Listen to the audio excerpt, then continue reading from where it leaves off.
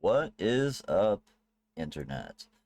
Good afternoon, good evening, good morning, wherever you may be. Welcome, everybody. We are here. Sorry for running a couple minutes late tonight. We was just getting some things fired up. They made some changes to Roll20. It took me a second to work around, but we are here. So good evening. How's everybody feeling? Welcome everyone to Rumors of the Dead here on Tabletop Down. Just to give you guys a quick little rundown, my name is Kevin. I'll be your storyteller for this evening. I also go by It's So Sublime, or just Sublime here online. That's the best way to go by. And this is Tabletop Down. We do tabletop things from the table. I almost said it wrong. We do tabletop from the top down. That's the very clever title, right? But yeah, we do role-playing games. We do board games and everything in between, right?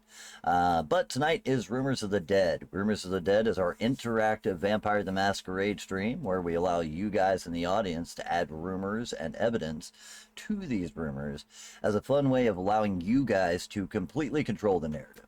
You come up with a story, I just have to improv and work with what you give me. There's a large number of rumors already swirling around our kindred that they have to deal with, but most recently, if we're going to do a quick recap of where we picked up last week, we had just met Marina Woods, our newest player. They had encountered a young-looking girl in the cemetery digging a hole, seeming But to be refilling a digging hole? up. Yeah, that's what they'll say. Either digging up or refilling a hole that she had dug over a grave. Upon further, closer inspection, they realized, as you said, she was filling the hole where she had just recently buried a new corpse. This corpse did appear to be kindred in nature and had a couple of markings of, a recently deceased kindred. Wasn't quite ash, you know what I mean? There was still bones and skin, but yes, it wasn't that old of a kindred, but definitely much older. It had withered into almost that of a mummy.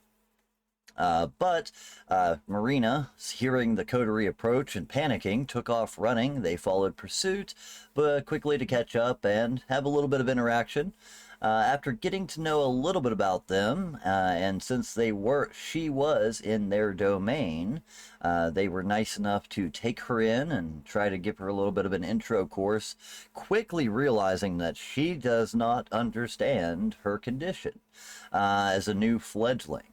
And that was enough for them to take an interest and take a look at her situation. I think where we last left off, we had went back to your Marina's nice penthouse apartment, which they were all surprised to find. I think it was kind of amusing the juxtaposition between leaving Numar and Jumal's crypt, where they've put a couch and an old black and white TV, to a fancy penthouse apartment on the Upper East Side. You know what I mean? Type deal.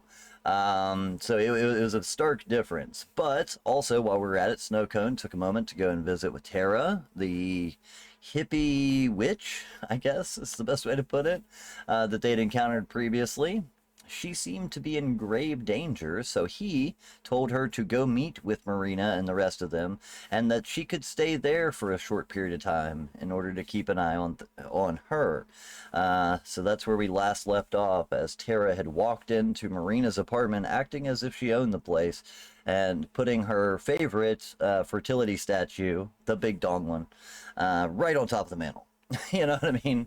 So that's where we had left off. But anyway, just real quick, guys, if you haven't already, make sure to follow the channel, all that good stuff. Hope you guys enjoy the stream. Subscribe, donate, all those fun things.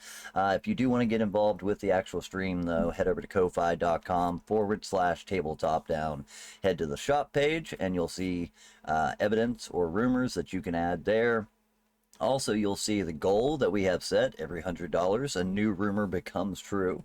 So if you guys want to look at the old rumors or existing evidence that's there, that's right at the top of the goal page, or at the bottom when you see the you'll find it. But also, if you want to add new rumors or evidence of your own, just head to the shop, and there's two easy to click buttons. Click the button, hit go, and it'll pop up a message box. Send us your rumor or evidence. If you do add evidence, make sure please to add which rumor you're attaching it to. It makes it a lot easier for me, because I'm the one that has to go through all that manually, and that will help.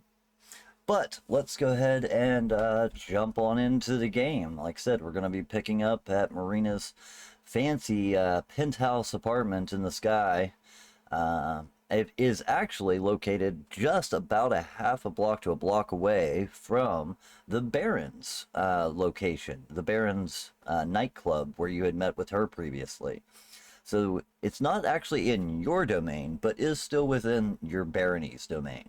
So it's kind of one of those, strange border issues. You're not too far away, but it's not within the 4 or 5 blocks that you have been personally put in charge of, but still within your baron's domain proper. And that's where we'll pick up. So you guys tell me. Let's see. It's still the same night, so I don't think we have any real housekeeping. Now, actually, on second thought, Snowcone, you incurred a stain last week, correct? That's right. I'm trying to remember exactly why you got that stain. That was because I almost killed an old lady feeding off of them. Ah, that would be it. Correct. Take a look. It's been a while since I've actually had to do a stain or a remorse check. I think we could probably handle that at like the end of the night, actually. So we'll probably put it off for a little while. This way, if you want to do certain things to try and help yourself there to get a little advantage, we can hold off on that for now. But we will eventually get to that remorse roll and see if we can save your humanity. Just to go ahead and give you a quick reminder, because I know some of us are newer to this, even myself. I'm pretty new to vampire in general, only playing it a couple years. Acting in violation of a tenant grants stains. Let's see. Convictions can mitigate stains. So, doing things such as dealing with a touchstone, or, speaking with one of your touchstones, or progressing your conviction can help you mitigate those stains.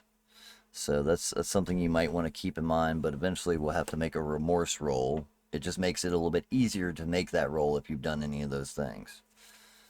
But yeah, we'll pick up there. Has anybody else got any housekeeping stuff to do? I think as far as hunger goes, everybody's probably okay. We dealt with that at the beginning last week, and most everything was social, so I think we're about, good to go.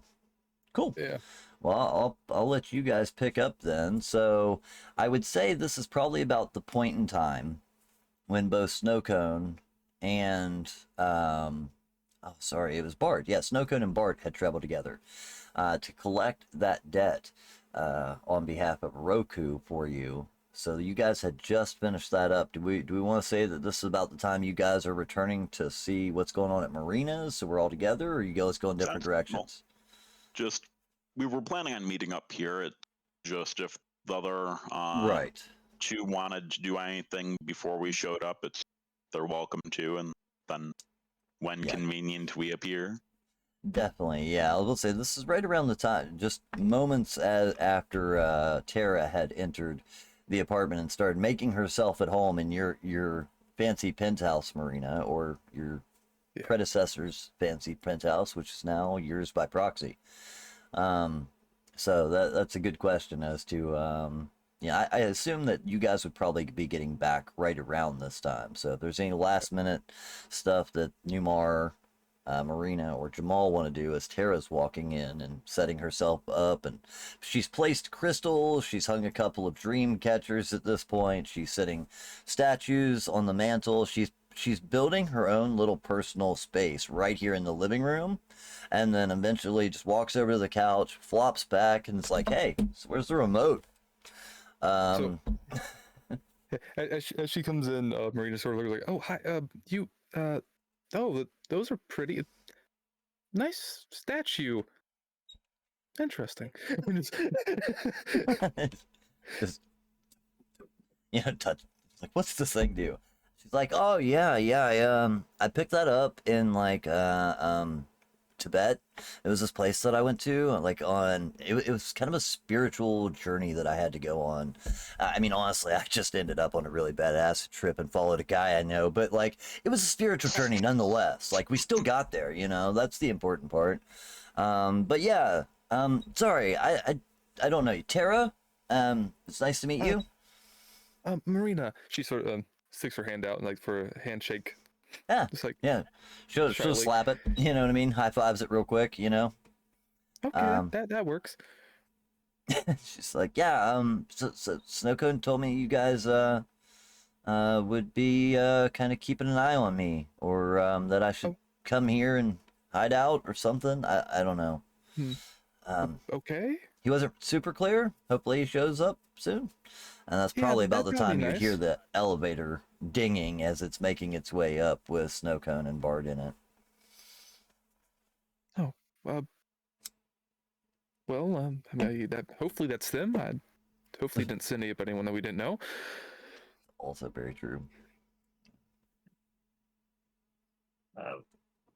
It would be with great surprise. I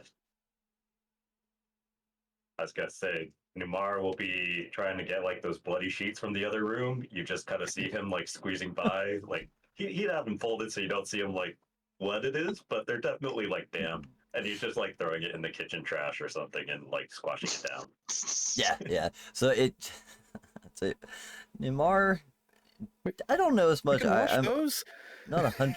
Yeah, I will say I'm not as 100% as far as your family history, but like, did you grow up with money or any of those things? I would say probably not. No.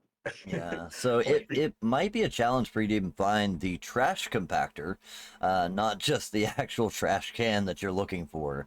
So there's just like something that looks like a dishwasher on the wall that's kind of thin and small, and you're like, what's this thing? Like, eventually you do figure it out and get it in there, but like it almost takes a second. Oh, if it's not obvious, I'm just gonna like open the drawer under the sink and stuff it under there. Yeah, perfect. There's definitely a place for it. It takes a minute. I like the idea that it's right next to that trash compactor. You're just not sure what the hell that thing is. You know what I mean?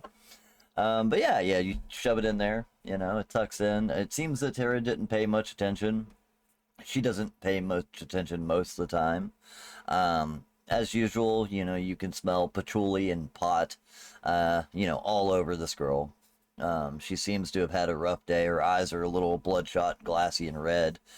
She seems to have been stressed before she got here, but now that she's surrounded by your lot again, she has actually kind of settled into taking some comfort in you guys. She's looking at it like, hey, I got superhero protectors, right? But yeah, about that time, ding, the doors open into the penthouse apartment, and that would be Bart and Snowcone's opportunity to walk in.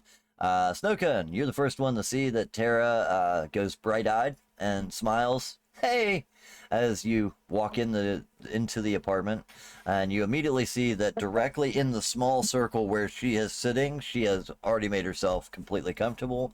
I mean, she didn't bring tons of shit, but there's definitely like a new crystal there, and the big statues, and a couple of little, there's probably like 5 Crown Royal bags with different things in them. She just collects her Crown Royal bags with shit in it. So, from that point, was it Marina I think sort of you're walks muted, up to him as well Snowcone. as her? Oh, that's I can't tell. What? There you go. I muted. wasn't sure if you There were you are. saying anything, but I didn't hear you, so I wasn't sure if you Oh, were okay. muted or Oh not. no, I didn't say anything. All right. Oh, okay. Yes, at that point, sort of Marina also walks up as up to the elevator and just kind of looks like, I'm guessing this is your friend. Oh right. Yeah. I'm sure there's a lot of confusion here. So let me just wait for let's wait for the last person to get here, and I'll explain everything because I just don't want to leave anybody out of the loop because Last person. Wait, who are we missing? Who's not here? Yeah, let's say Bart was with you, so yeah, this is the I'm whole crew. behind you. Yeah, Bart Yeah, takes I'd say like it's like Oh, there right you are. behind he you. comes in 3 steps Yeah, behind. it's like that's what I was saying. It's like I'm waiting for the last person, Bart, to show up, and it's like, oh yeah, there they are. Huh. Okay, well, come on in. Snowcone and Bart, this is your first time seeing Marina's fancy little penthouse here. Like I said, it's very nice. It is almost directly like diagonal across the street, and you can see that through a set of big bay windows that are along one side of the building that you can tell are tinted and seem to have some sort of protection to them. Also, big, heavy, thick blinds if necessary as well. But directly across, you can see that there is. Eclipse, the nightclub that is owned by the Baron. But taking a look around the apartment itself, it is very, very nice. Someone has lived here for an extended amount of time. There's a small shelf, or actually a large corner where there's a shelf of books. There's nice artwork that's decorating all over the place. All of the furniture is overstuffed and comfy. You know, it's a very nice place, and for the most part, seems to be perfectly in order. The only thing, I guess, Numar has dealt with, you know, any of the evidence of what had transpired here before. So it looks to be normal apartment, but very, very big, nice penthouse. Did blood not soak in further than just the sheets? Like, are we lucky there? That's. Or I think. like, So kindred don't actually bleed in the traditional sense. You know what I mean? They don't have a heart rate, so it's not like gushing blood, but there was some blood on the sheets. I think if you took the top layer, bottom layer, maybe even like there was a nice quilted sheet on there, or quilted blanket, you know, that would have been enough to soak it up. And you've removed that. Either way, that's in a separate room, so you wouldn't see it initially when you walked in anyway.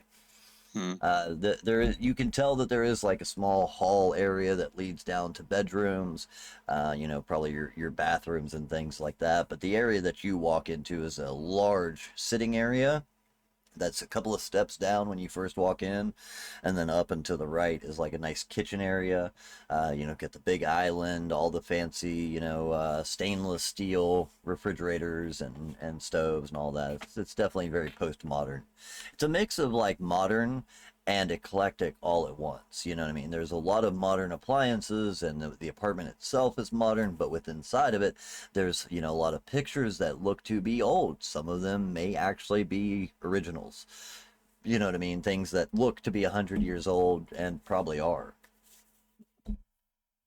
wow. So, welcome. This is where I was living for the past few months. I gotta say, whoever this person that was taking care of you had some taste. That Oh, wait, is we got one of the another few roommate? things- Huh? Oh, no. He left. Oh, She sort of looks back over at her. dumbass. This place is sweet. I give a thumbs up. Still, do you know how to get into like his computer and stuff? Or You say uterine? computer? That's a totally different situation there. I could probably figure it out. I think I saw him type it in one time. I haven't tried. Let's see about a roll here if you want. We could do so. I don't know what you have exactly. Do you have anything in computers?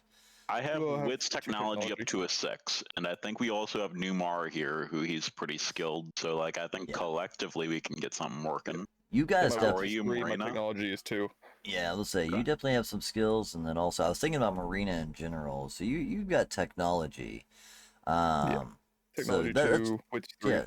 Yeah, I would say that you were smart enough to kind of pay attention as far as that goes. You know that you would actually remember it specifically because you remember almost laughing to yourself when you saw him put in his password that it was password 1. You know what I mean? Like typical old guy, doesn't understand the internet. You know what I mean? You could tell this guy was not. He was up with the times. He had a smartphone, but it was always like 3 years model old, and the computer itself was pretty basic. But he does have, you know, technology around here as far as that goes. I'm actually thinking about it. I think I do know. He wasn't really the best in cybersecurity. I might go poke around at that if you want to join. I think it'd be smart, like, as a starting point, just making sure that we're moderately secure here. Try checking around to see if there were any dead man switches or things of Yes, that nature. probably a good idea. Also, where is it? Tara, right? Yo, what up? The remote's actually under that pillow over there. I sort of left it over there. Oh, sweet. She throws it up and just immediately goes to like some sort of Animal Planet or something and kind of zonks out. You know, she's pretty baked at the moment, so you know she's easily entertained. All right. I think his computer area is right over here, and sort of Yep. walks over to where it would have been. There is an older model PC, you know what I mean? Like I said, not everything, definitely not the highest end. And Marina, you would know that he mentioned to you specifically a couple of times to not trust technology. It's bad. Things like that, you know what I mean? So he had kind of, a smaller setup, but there is a nice little desk there. And, you know, within a second, password 1, go, and it immediately pops right up to a desktop screen. But what you see is primarily a bunch of like open office software, things like that, right on the desktop that seems to be that of a businessman handling, you know, business affairs. There's several holdings and accounts that you can see that are mentioned there as far as that goes. So yeah, there's definitely some info on it. What is it that you're looking for in particular? I would say probably first, see if there's any sort of email to see if there's any sort of, contact, any sort of messages first before anything, like between anybody. Gotcha. The very first thing I check. Things in the Yeah. trash. Because you know Right. that you didn't like further delete it. It didn't Yeah. didn't empty the Yeah. recycle bin, didn't encrypt nothing. Yeah. Yeah, definitely. Yeah, taking a quick look through the email, it seems like a couple of spam things that he's just not figured out how to get rid of yet. Excuse me. And a couple of business emails. It seems that he had a investment in several stocks and holdings in a larger company that's actually further east. We'll probably say somewhere like New York. You know what I mean? I don't have exact specifics, but that he had invested in more or less a software company many years ago, and his stocks have just been climbing since. Typical Kindred, you know, buy in cheap when you got it, and then just wait 100 years, right? Like you're guaranteed to make Yeah. money. So he probably has like a single stock in IBM that he's just been rocking out for years, and making tons of money off of. But you also do see that there is a couple of other attached files and folders, things like that. One of them says door notice, and as you open that folder, you see that it is from a alarm system that was triggered when the door was opened, and you see a video of yourself panicking and leaving the apartment. So there is some security on this actual apartment itself.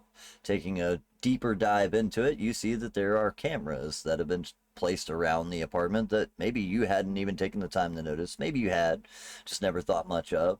But he seems to have some security systems around here. And taking a closer look, as you guys are all standing around watching, eventually a file is looked at that says, you know, bedroom 12 hours ago. You know what I mean? Do you open that file? You know what I'm saying? Like you can guess what is on that file, but do you actually open it in front of them?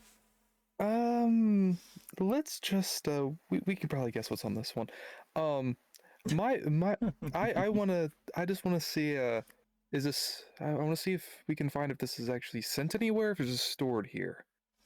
Okay, that's a good one. Go ahead and give me the wits and technology roll at this point. This is where we'll, you know, Can you guys we had add enough. a couple dice? Absolutely, My good. help? Yeah, whoever has technology, you know, let Marina know, and she can add an extra point there, or whoever wants to make the official roll, you know, so- can add a point for everyone else that has a dot in technology. Okay, so wait, so is it pool size modifier? Or okay, so make Yes. sure. So under pool size Okay. modifier, I know Bart, Newmar, anyone else have technology? I think those are the two biggest ones. All right, and they're So add a both helping? plus. Yeah, in the pool size modifier, you can add a +2 at least. Okay. I only got 1 dot, so. Oh. Even Well, one dot, that's even one that's dot's 8. got but it's all good. That, Yeah, then 8 down to 2. they've got this under control. So yeah, with an 8, taking a look around, you find that this is a closed network. It appears to have been set up some time ago. You go back to the very beginning, and again, those files that should have been deleted have not been. So you're able to find that it is on a closed network. There is a rather sizable hard drive to store the information. But as you bring it back up, like you literally see like some young, probably like Apple tech, like, no, man, look, you just press this button here, you know what I mean? And like has set it up for him, put it on a closed loop. Nothing goes outside of the apartment. Actually taking even further of a look, you realize you're not connected to the internet. It is all on this computer. That Well, means I his guess there banking would, was- no, yeah, I guess there would be enough internet just to get like, yeah, no, okay. Email. It seems like, yeah, emails allowed in, you know what I mean? You can browse a web page, but for most everything else, it's been firewall proofed. There's been some heavy security put into this computer to make sure no one can access it. And you don't notice anything of kindred behavior other than, and everything that's on the security cam is closed loop. You know what I mean? That doesn't go out at all. And again, that same video with the Apple tech, he's like, no, man, I swear, no, nothing goes beyond this point, man. You know, he's kind of teaching him how to work it. Yeah, was there any emails that was talking to any other people that wasn't like for the stocks? You Like do any not see person? you do not see any other personal contacts. It seems like this was Okay. only used for work and security within the premises. I would even go as far as to say like even his smartphone that you had seen him carry around, you feel like if he wasn't, you know, on premises, you know what I mean, he may not have got any notification on the door lock either. You know what I mean? Type deal. So like there's enough to link it all together, but you know, this is me not knowing how computers work. But it seems like he tried to keep everything very private, very restricted, and this is only business stuff other than the security cam information. And it seems like in that case, it's more like those at a zoo trying to watch the animal that they're keeping in captivity to make sure that it hasn't escaped. You know what I mean? And Yeah. that feeling is very reminiscent as you actually see like the marina folder. You know what I mean? It's literally just moments that you know, him introducing you to the apartment. You know, hey, check this place out. You know, it's all you now, hun. You're gonna be the biggest thing, I swear. You know, kind of little moments like that, and it seems to all be. There's actually within the marina folder. There's one that literally just says marina, and within that, not only do you have like 1 or 2 introductory moments when he like brought you in, but you actually would see a lot of what looks like private investigator photos from before. So like. shit. Yeah, he had probably been following you for weeks, you know, before he had ever introduced himself. And you are just now seeing this information for the first time. You were probably unaware of that. So, so you agree this is what I had to do, right? I just kind of looks at the other ones like, you agree I had to do this, right? You good? like there's no discussion about this. You Yeah. guys have all faced your killers, so you know what I mean. How did you handle it?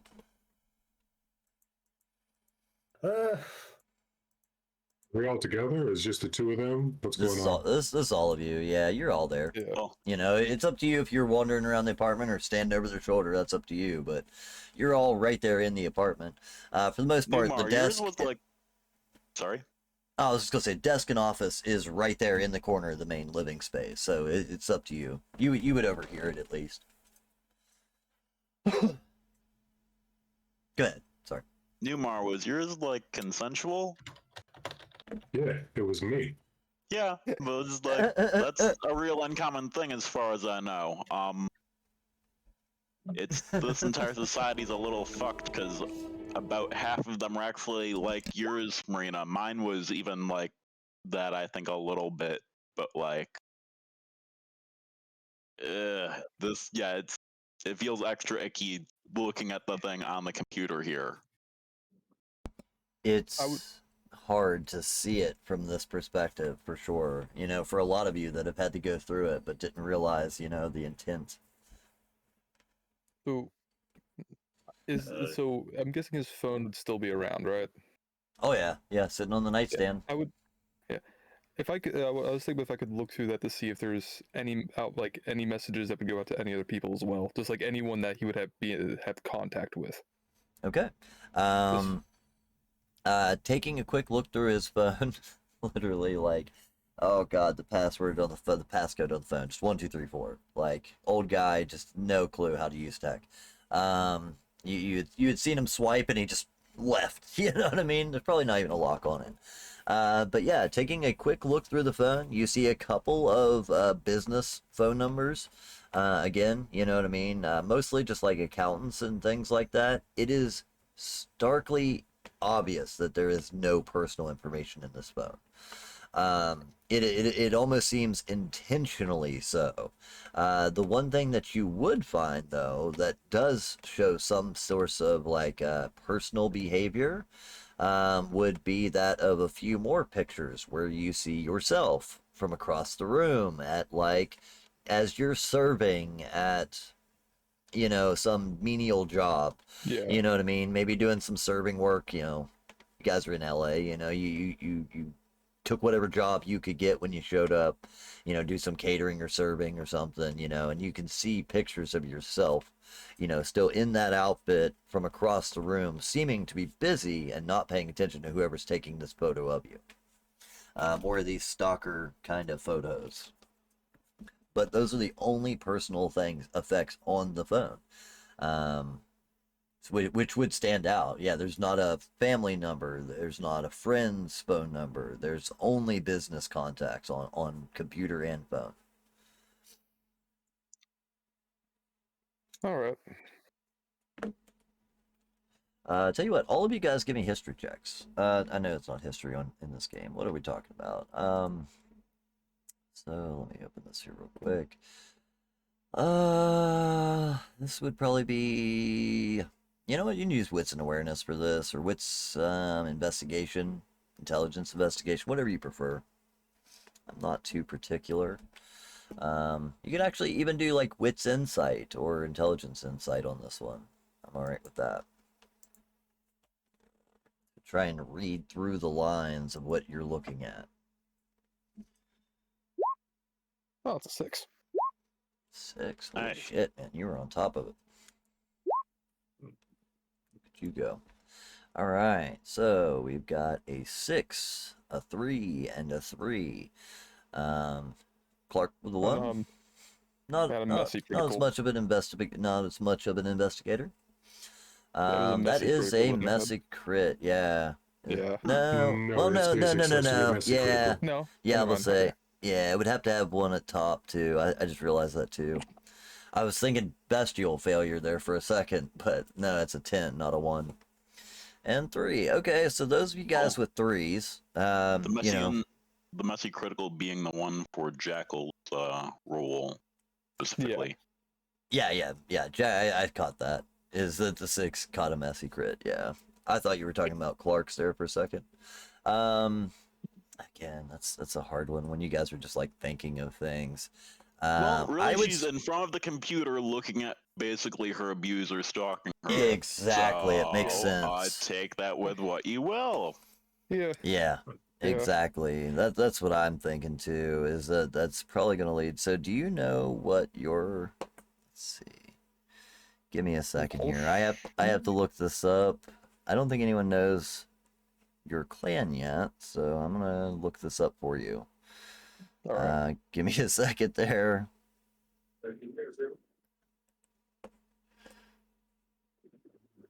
I got the page number right here if I could just find it. Luckily, I've got a nice little handy dandy notebook on all of this stuff. Did you guys hear me? Yep. Yeah, she's story. What was that?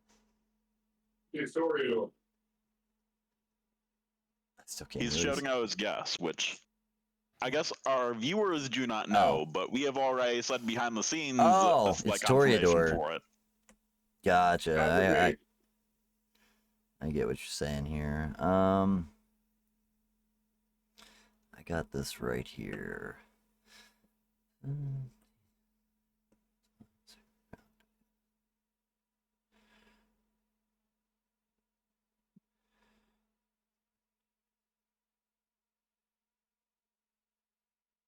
Now, correct me if I'm wrong, but that would be the clan of the artist, right? Like the people obsessed with beauty and stuff. Toreador, yeah. So Toreador are that are obsessed with typically beauty, passion, or humanity in their own way. So the Toreador believe themselves to be the closest to maintaining their original humanity because they have that spirit, connection to art and beauty and all things passion. So they tend to believe Side note. themselves. What's that? You guys discussed your clan? I don't think anyone's discussed it yet, as far as that goes. Yeah, Paul just said, like, behind the scenes, like, you guys knew what clan she was. I think it was mentioned like once, but I don't think it was really. I don't think it was really talked about too much. That was my first time hearing it. Okay. Oh, yeah. All right, that is, yeah. All right, so, Jackal, have you read your compulsion there? Yeah. Do you know how to make that work? Do you think you got that? That's a tough one, yeah, because I know you're a newer player to it too. I'll send you a message. I'll just send you a message to make it easier. Yeah. Let me do that for you. This way we can keep it private. Please, by all means, everyone else continue. Looking into beyond it, just how well can we control his financial end of the day? So that's even more of a jackpot than our last jackpot. This could be basically making it so that we don't have to be contending with the street game entirely. We leverage something. Right. So that is the interesting part that you do find is that he has actually listed a benefactor for all of his holdings in the case of death or, accident or any of those things. And it's Marina. Oh, shit. Easy mode. Nice. High But, five. well, you think that initially, and then you realize, how do you prove one's death? True. The idea kind of becomes hard. Certificate of death. We can fake one of those. We do live. One of us does live at a cemetery, so we could probably grab one of those. Got his body. We could stage it somehow. That too, yeah, the mummified thing. We just need to reinflate it. Reinflate it. Pump it more. Gotta Just uncrisp it. Uncrisp it. Or somehow stage a fire. Ooh, that could work well. But set a fire to where? Fire anywhere. Yeah. Fire. Oh, do they have a car? Yeah, a car. Yeah, we've done this before. Good time. Another time. And all reliable. The other time was its cops, so this is all reliable. less traceable even. Oh god, that was so good. Yeah, we could just do the same thing. Put him in a car, send it off a cliff, a little bit of fire, not enough to burn the teeth. Oh wait. Bada bing, bada boom. Nice. Sure, we can possibly operate that plan point coming night or two. Is there another way we can do this without needing to dig up another body? Because I finished up filling in that hole. Don't feel like on. Just want to check something real quick with that. If it's not recorded on the cemetery, at some point they're going to want to put a body in that area. No, I think it was already there was a grave there. I may have an idea. So you took a body out? No, just put the body on top of the body.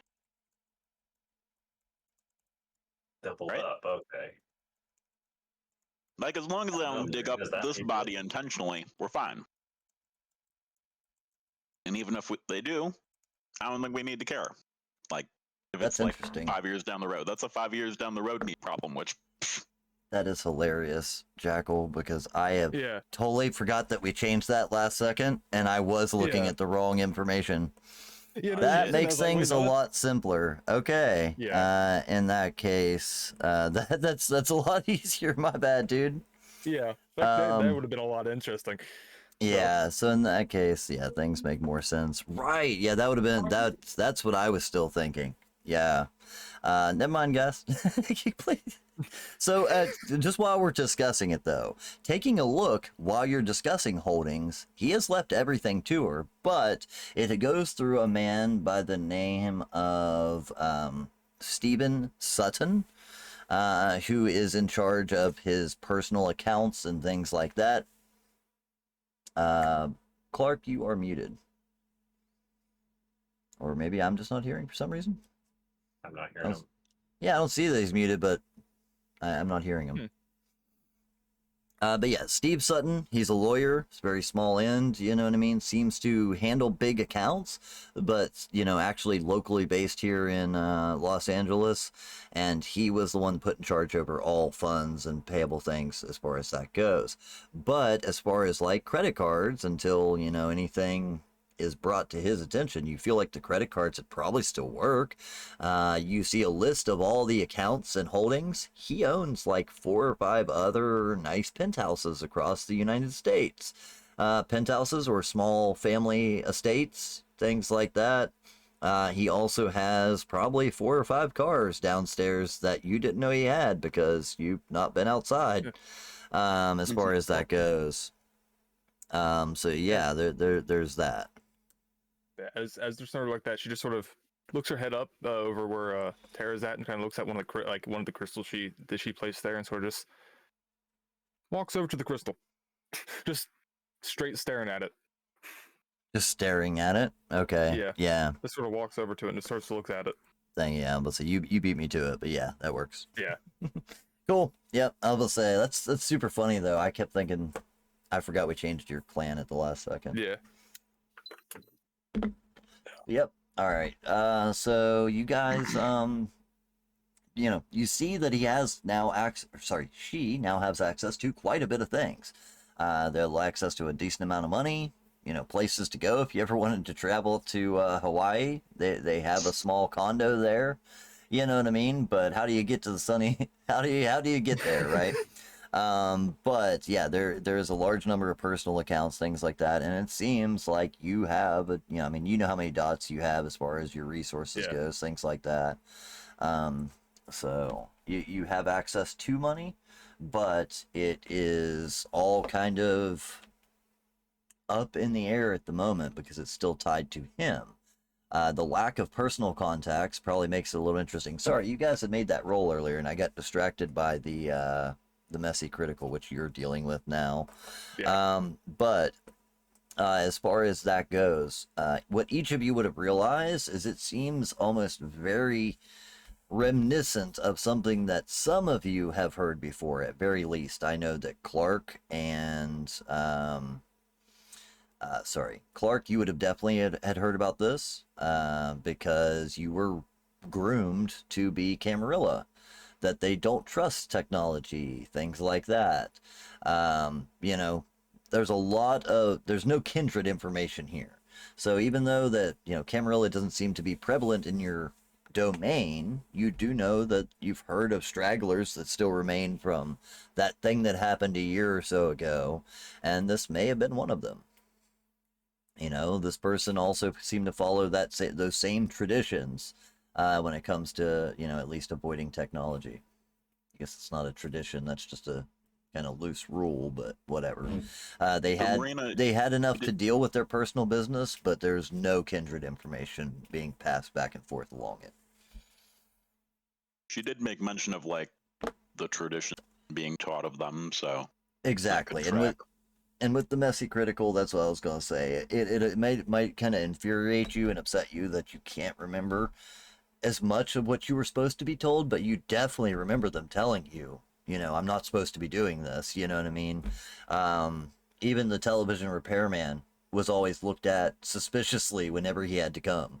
You know what I mean? Things like that, you remember seeing him checking wires behind the television, almost paranoid, after anyone had come in and helped with the electronics. As you're saying there, she actually picks up the crystal and starts looking at it, looks over at Terrace. What is this one? So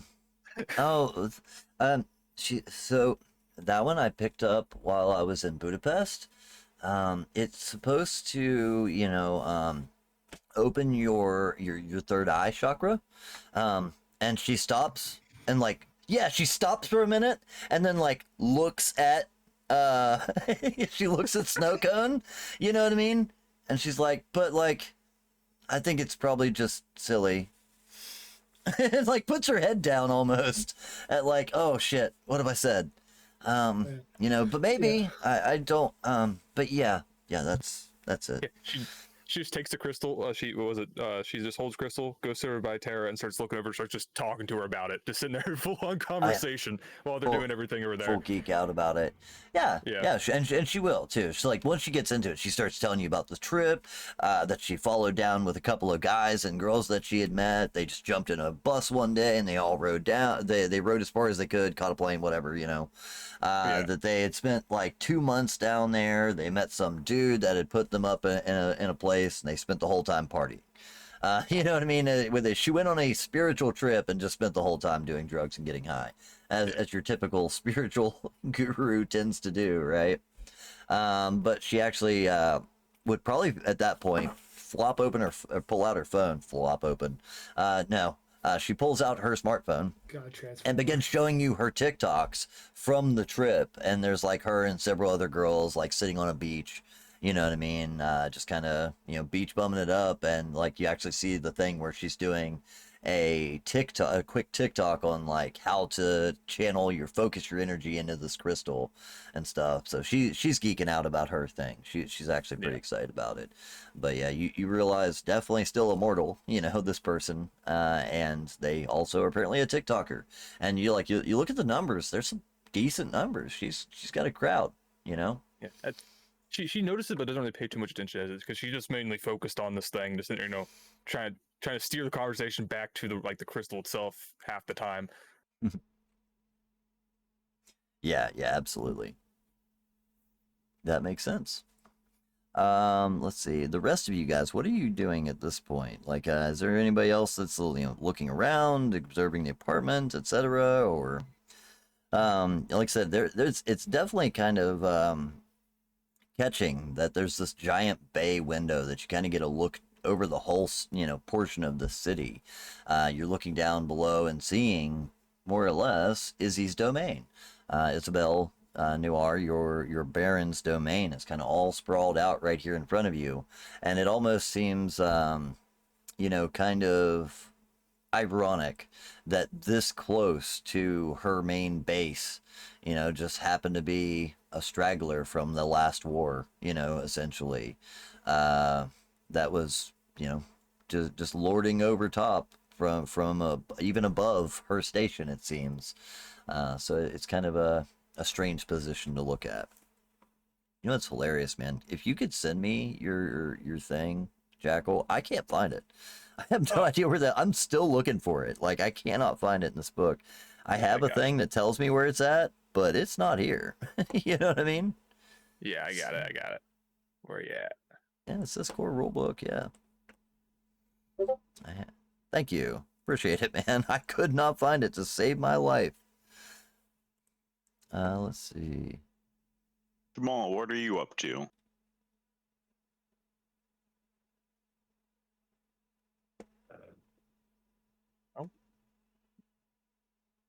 We currently can't hear you, I don't think. That's weird. My bad. I'm gonna explore the apartment, investigate, see what's going on. Just try and find out who this guy is. Gotcha. Yeah, there's very little information as to who the person is other than what it shows on paper, right? So, you see the accounts, the holdings. The name, by the way, Anthony Petrov, comes up multiple times. At least that's the name that he was currently using. And you see all the accounts and holdings and all that stuff, but there's very, very little personal information that's stored here. So as to finding out who the actual individual was, that might be a little bit harder. Trying to think. No pictures. You know what? I tell you what, just to make this easier, you guys did roll really well on that roll. Yeah, there's video cam footage from around the house. You see this guy. Nice business suit, decent looking guy, jet black hair, very good looking. Looks to be, 30-ish, like a young entrepreneur, as far as that goes. And at first, if you flip through while Marina is talking to Tara about this crystal, you can have a moment to look through some of the videos, and you would see that, at first the person introduces her in, there's a lot of, nice fancy dinners and fun chats, things like that, kind of moments. But then after a while, it starts to get a little more hostile, as they're always, you can almost see the look of Marina's face growing more and more sad. And you realize that it seems like every single picture on this computer, she's just here. You know what I mean? And as she said to you, she was kept here for an extended period of time, not permitted to go out, more or less. So you can see the frustration. But yeah, as far as the guy himself, I mean, you could see him, you know what I mean? You got his name. You could definitely ask around and do some research, but as far as this computer, it's just not lending you much information. I will say, though, you guys rolled fairly well. You do see that, like I said, there are several other properties, one of which that does seem to actually stand out and may be your thread, is that there is a small post office, not post office box, but an old post office that had been purchased at one point in time, and it seems to be currently, like the profit margin next to it says 000 across the board. Actually, maybe even negatives, as paying like taxes on it at the end of the year. But it seems that, they own a small, like, mom and stop, like, one stall post office at some point that has been completely unused for the last decade. Could be something cool to check out. I think, Clark, you rolled well enough, and with your history with any information on Camarilla, you know how dead drops work. You know what I mean? You know how that kind of goes, is that, they don't share information electronically. They would be more likely to meet in person or do a dead drop or something like that. So you feel like this might be one of those dead drops. It's ironic that it's a post office, you know what I mean? But it seems to be totally unused. It's either a dead drop or a kill spot, right? Like, it's one of the two. like based off of the records that you can kind of see. Okay, I share that information.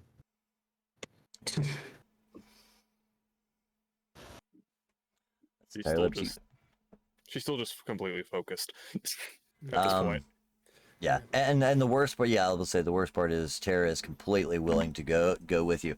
So actually at that point, Tara probably would start pulling off other things and telling you their stories as well. She's like, oh yeah, so like this one time we were at Burning Man, and like, so this one isn't as authentic. She just goes, no. No. Oh. Yeah, okay. Oh. And she kind of like stops at that point. Yeah, she'd stop, like look at Snowcone, like, did I do something? Snowcone's in the fridge, probably like rooting through the fridge, and like pops his head out with like half a piece of like salami in their mouth, like, oh. I was about to say, it's incredibly funny. There is a full stocked fridge. Like, it looks like they had taken the time to stock it. And honestly, even Marina, you're distracted at the moment, but you would remember that there was food dropped off once a week. Not very much, but just enough to keep the pantry stocked and make it look like somebody lived here, you know what I mean? The individual was intelligent. That much you would get. He seemed to have ties into movies and films, as well as things, or not movies and films specifically, but more the actual like studios. You know what I mean? Things like that. So the claim that you saw where he's like, "Oh no, you're gonna be the biggest thing you ever seen, sweetheart. Trust me, just trust me." Kind of makes sense that he could have maybe had that potential, but never seemed to have taken the initiative. But yeah, she just looks at you like, "Did I do something?" And you pop up with your salami, and she's like, do you even eat?" She like gets confused. The funny part is Marina. Yeah. The amusing part, Marina, is she actually kind of like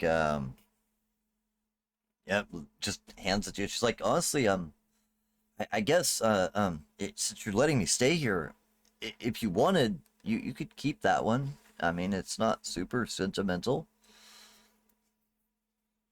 Or just not responding, still just staring at the crystal. Good talk. Is there a place I can go? I'll just step in. Mm-hmm. Like, "Hey, how's it going?" Or just twisting it, and like letting the light shine off it in different ways, just looking at it. Yeah. Right. I'll whisper over to Tara. It's like, oh, this would be a good time to teach you more about lore and vampire knowledge. Yes.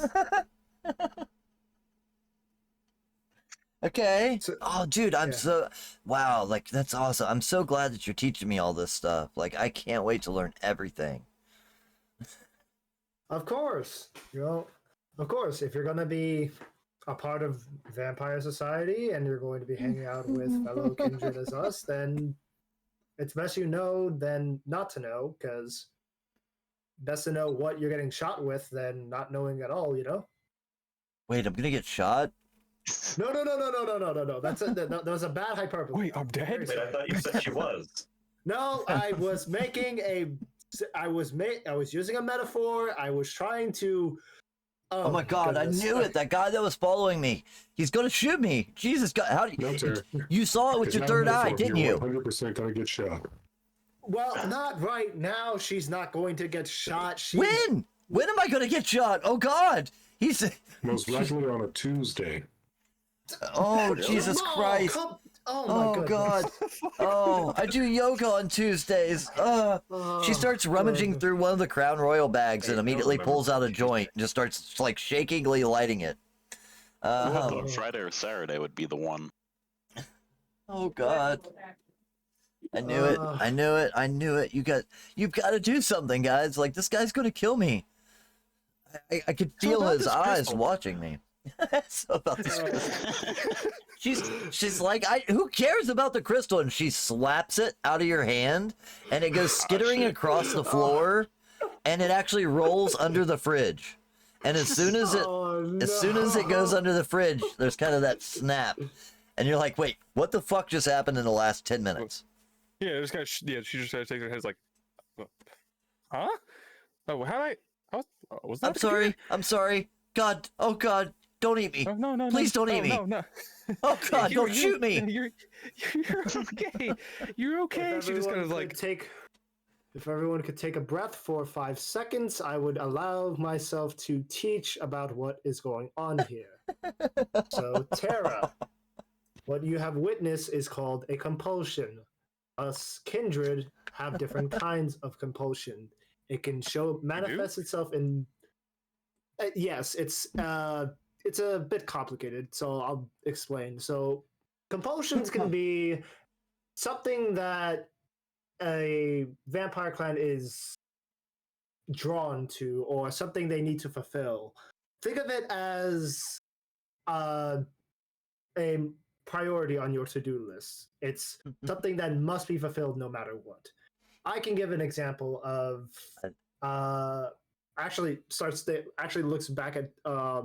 looks back over at like the situation of like the crystal rolling around and what just happened. It's like, so one clan's compulsion I can give you example that you just witnessed to is beauty. there is a clan that has a compulsion to find the nearest pretty object, whether it be a mirror, a painting, or even some shiny object, and just behold it for long periods of time, almost like what was that story of the Greek character that You see that like, as you're talking, she has pulled out her phone and has started taking notes.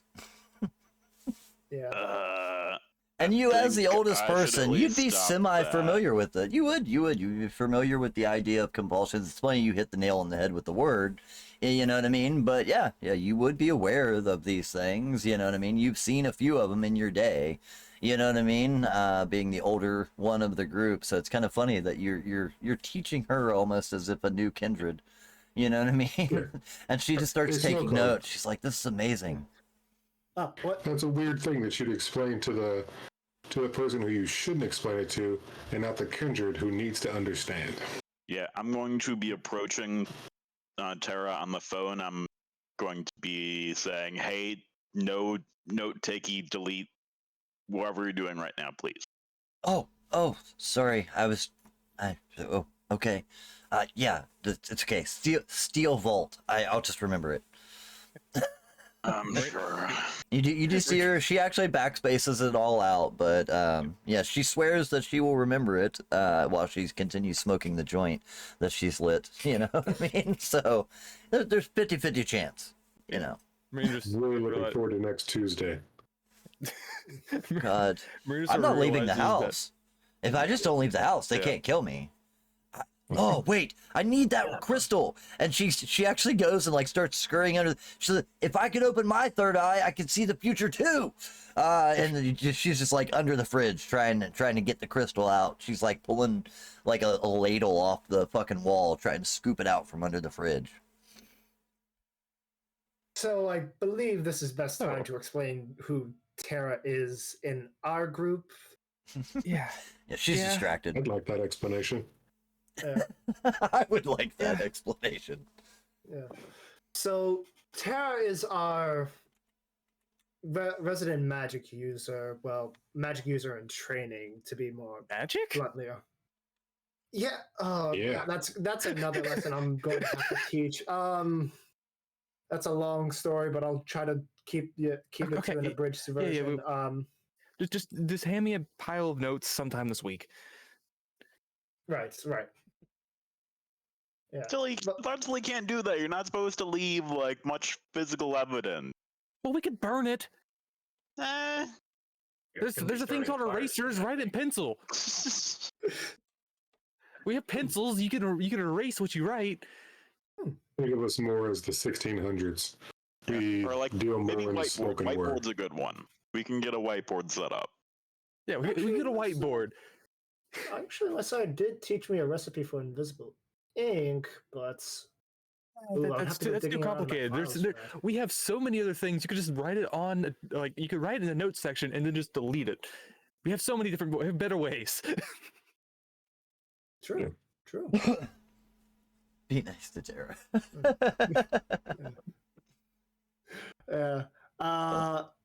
Yeah. Oh, and also I apologize for that impromptu kindred lesson. I should have been directing it more towards both of you. Thank you very much, Jamal, for that correction. I should have been more considerate. It's okay. So what are we doing? And she's just sort of still shaking off what happened. Yeah. This is probably the first time that you've actually experienced that. I mean, for the most part, you've always been, you've been taken care of. So, like, as far as things like compulsions and things, just really never ticked in yet. You've experienced some of the joys of, not having to worry about what's for dinner. You know what I mean? This extra boost of strength and energy that you've been given, not worrying about how hot or cold it is, But yeah, now these other features are starting to come in. You're realizing not all of it's great, you know what I mean? Yeah. But also at the same time, there's things you can do that you didn't realize you could do. Did we find anything else about the computer? I'm sort of, some of the last bit of that was a little hazy. There was the post office. Are there any other properties within the greater LA area? Yeah, I'd say that, like I said, there's at least one studio, Okay. small studio, out of business for a couple of years, or if nothing else, it's used very very rarely. You know what I mean? But it essentially is just a hangar outside of Hollywood. You know what I mean? It's not in Hollywood proper, but it's actually within this domain. But it's just, a hangar that was originally used as probably a studio. There's the post office that you were able to find, as well as this apartment. And all of these things. So the studio and mailbox, or studio and post office, have been owned for about 10 or 20 years. Whereas this apartment is actually less than like 2 years old. So it seems that most of their information that you track back seems to lead to New York, as if they'd only come here within the last couple of years. Okay, that all makes sense. There's much more properties elsewhere, but they've had a few here for a decade or more, but not actual real estate. It seems like only recently did they make the move here. Or could have rented before, something like that. Precisely.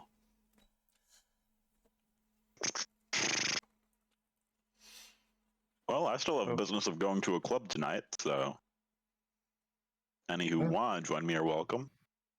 Right. I don't think I want to stay too long, though. Fun. Right, we forgot. Have you met the Baroness yet? That's even closer for a club. Right. A Baroness is a term to refer to a leader of like our kind in an area. Oh, okay. That makes sense. Sometimes they're the biggest and baddest. Sometimes they're the people that like are just good at communicating. Rare times it's someone that's real good at doing the strategical maneuvering of people. Kind of how close this place is to it, right? This does seem. Oh yeah, how close it is. That it's intense, and I guess a little more reason to actually be talking to our Baron about it. It's real in our backyard. You literally turn around and you can point at the building. You know what I mean? Out the window. You definitely recall having been told these things, as far as that goes, Marina. You remember hearing, there is people that are in charge, people that lead. Baron doesn't seem like the right word. You heard primogen. You know what I mean? That was the word you were given, but yeah, close enough. Okay. Sure. Yeah, close enough. Okay. I mean, I don't want to intrude the worst I can. I mean, you guys have been helpful. I mean, if we need to do anything, whatever you guys think's the best for this, Yeah, traditionally it's polite to introduce yourself to the Baroness or Baron in this case. Think of it as like entering someone's house. You should introduce yourself to the person you're staying with rather than just walking around and acting like you don't know who lives True. here. Tara's ears perk up. It's true, but I wasn't necessarily, invited to this house. No, manners are manners. Tara sets the ladle back down. You're still in the house. Goes sits on the couch. Did she not get the crystal? Oh, she's gotten the crystal, and she's focusing on it now. But she realized, like, oh wait, I didn't do any of those things. All right. Well, if that's what you think's best. I mean, I don't know where to go from here. I mean, as a bit of a midterm goal, if you can get a hold of the deed of this place, maybe we can trade it with the Baron for like a place that isn't this for you. But still nice, hopefully, I mean, I don't mind being here with him. That was the issue. Well, it's just someplace else would be safer, someplace that like isn't a known place of this dude. you guys definitely saw that all that information, titles, deeds, accounts, holdings, everything runs through this one guy, Stephen Sutton, an accountant firm. You know, an accountant at a firm here in Los Angeles. He is the current holder of all of those physical properties. You know what I mean, like the actual deed itself. But it has been written to her. But as far as proving one's death or if that guy's I think we can kindred or not, negotiate it. you know, it's hard to tell. We could figure it out. Or we do the paperwork and just remain the place where it is.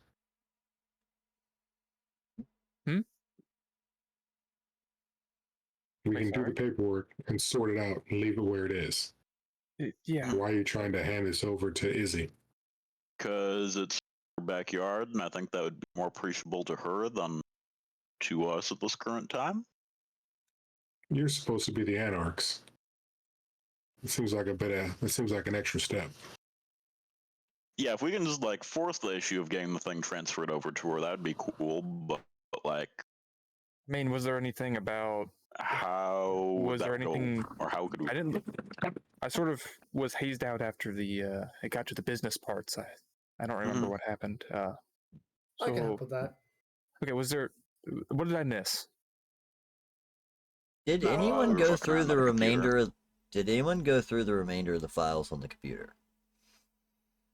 I would stay out of the personal stuff personally. Newmar, would you try guiding my hand otherwise? Or like, I would stay out of the things that like have people's names on them. I just meant as mostly. far as like there was Seems like the essentially thing you two. specifically go through. I was just thinking there was two separate there on this entire computer. It's pretty much blank, other than solitaire, and then two separate types of files. There's the recordings of the in-circle security files, and then there's all the business and accounts and holdings. It seems like you pretty thoroughly went through the business and accounts and holdings. Did you go through any of the security stuff? We're gonna go through any of the videos. I think we did didn't we do a little bit? Like, yeah, we looked at the still. very beginning of it. Yeah, that's what I was asking. Did anybody dive into anything beyond that once she stopped paying attention? Doesn't feel right for Fully, I wouldn't have proceeded with the parts about Marina, like the footage there, up to that point where she got uncomfortable with it. Right. That's what I was getting at. Yeah. So in that case, yeah, you essentially have a good understanding of all the accounts and holdings, you know what I mean, that this guy had. Like I said, there's stuff all over the world. Seems like primarily New York. He had recently moved here within the last couple of years and has been trying to slowly move things over from New York. But there are still other properties that he has in other places. And like I said, there is some ties here in Los Angeles. It seems like he has funded several films previously, or several, television shows, things like that. So he's tried to dabble into the Hollywood scene, but is not like your 50-year-old producer that's been doing this shit since the beginning. But he's been slowly trying to integrate himself into that type of lifestyle. As being that guy, like the person that pays for the films or comes to all that. But yeah, for the most part, otherwise, everything else, you know where everything's at if you need to get a hold of it, but it seems like your main connection is this one accountant if you want to actually transfer it. But as far as everything as the moment goes, it's all bought, paid for, completely covered in cash, things like that. So as long as no one's aware that you are in possession of it, you can use it. So was there any wills or anything in there? Like, he's dead, so who does all that go to? She wasn't there for that part of it. Yeah. She was. And that's where you guys... I'm going to bring you up to speed with, hey, you are, as part of the will. Here it's proving the death, which will be a pain, but I think we can manage. She sort of whispers, like, we do have some blood if necessary. They need DNA evidence. Tara looks a little uncomfortable. What? No, she was whispering. You just kind of hear like a, huh? No, she was whispering over to them. Okay. Yeah, that's what I mentioned. She was sort of whispering, like, we do have, a little bit of blood if we need DNA evidence. Don't know how hard of a sell that would have to be, but it might help. We should... I think we should probably dispose of it. It's more of evidence that could be used against us than anything, right? Yeah, but yeah. So here's a Yeah. question that I've been trying to research all week. This is totally above game. And I'll see if any of you guys know this. If a person had ghouls and they were no longer around, does the blood just dry up instantly, or do they still have to like have the 2-3 month Well, like it a refreshes on the detox month. period? So It refreshes would on be the one month. of those things of at whatever month end of that feeding period, Okay. it's just then the effect will kick in. If Okay. they've been a ghoul for like a year, no biggie. If they've been a ghoul for like 50 years, they gonna die. Yeah. That's all. I was just curious. Uh-huh. But end of the day, it is an addiction. I think there might be withdrawal symptoms somewhere Right. within there. Well, my thought was But- just immediately like, if this guy had some 50-year-old ghouls across town, just all of a sudden 3 people turned to ash somewhere in the city the moment he died. You know what I mean? That was my question. Is like, does that That'd just be cool. Right? I almost kind of liked that idea that it's so instantaneous. So yeah, I was just kind of curious on that one. But continue. Uh, But yeah, Another thing, just for the here and now, though, are there any obvious valuables that I can get out of here reasonably, like inside a pocket or a backpack or? dozens. There is, I mean, the silverware is worth more than your motorcycle. You know what I mean? Type of deal. You know what I mean? So there's nice things that you could pilfer from here. It's probably Well, not the silverware specifically, but there's a couple It's of small asking- statues and artworks. It's asking Marina if there's anything she won't be missing from here. It's like, just I mean, what are the things that can I look in the you office, could. or is Like, there a separate office like beyond the computer place? Like, is there a place that like maybe has a fancy desk or things of that nature?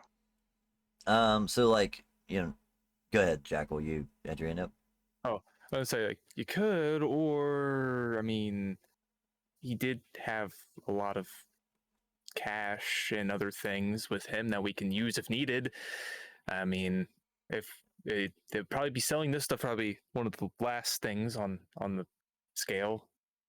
I was about to say, Really needed. as far as that goes, you know that he tried to keep modern appearance, so he had debit cards and credit cards, accounts.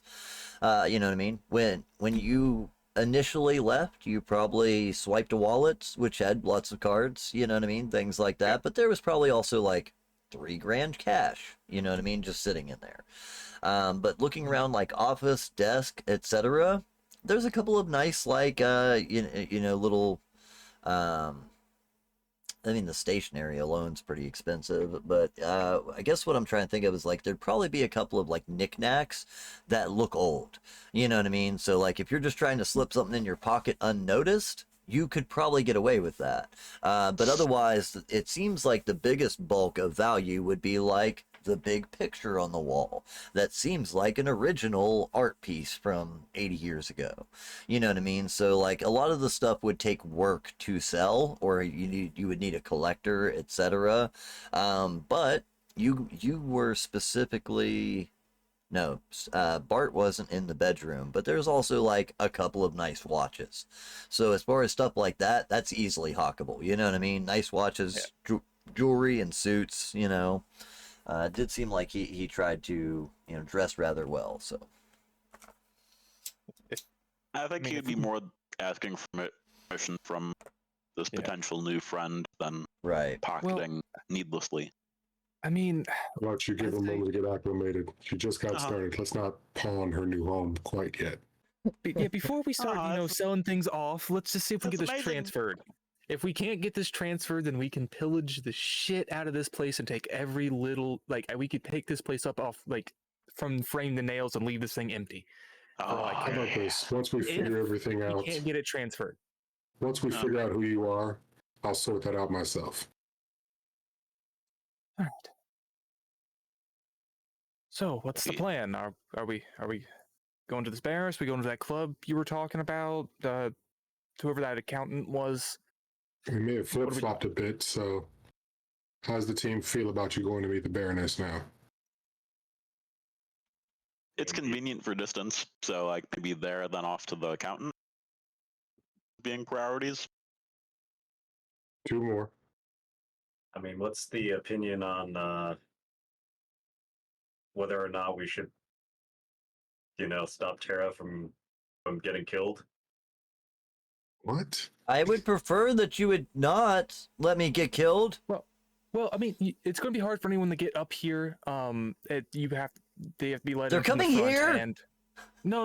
I'm saying if they even know you're here, which I highly doubt they do, but even if they did, them getting up here would not be an easy thing. And Why is anyone coming here? She got Well, I don't feel think- like the question's been obfuscated. I mean, the question is like if she's being followed, is what I understood. Should we try and do anything about that? Should we have somebody Okay. sneak out her house? I'm going to pretend to care about Tara, but the question was, are we taking... I'm sorry, I forgot her name. Marina Marina. Marina. to the Baroness. Yeah. I It's think like, you guys Tara are will be fucking fine with me, here. aren't you? You guys are dicks.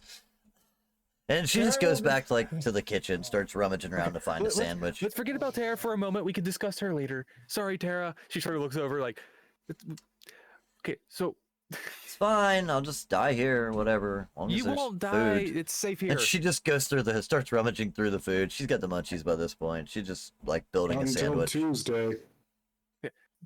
Uh-huh. All right. So, Baroness, yes or no? She just sort of sit there, like, Right. crosses her arm, like, what are we doing? She's nice Yeah. and cool, and I like her. Yep. Have you ever heard of her name, by the way?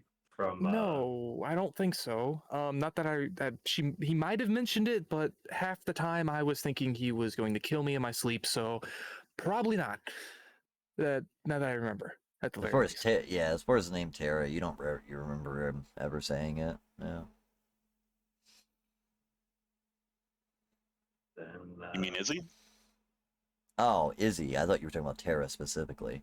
As far as the name Izzy, you might have heard it. Yeah, like you said, you might have heard it, but wouldn't have been anything that stuck. Maybe. Actually, you know what?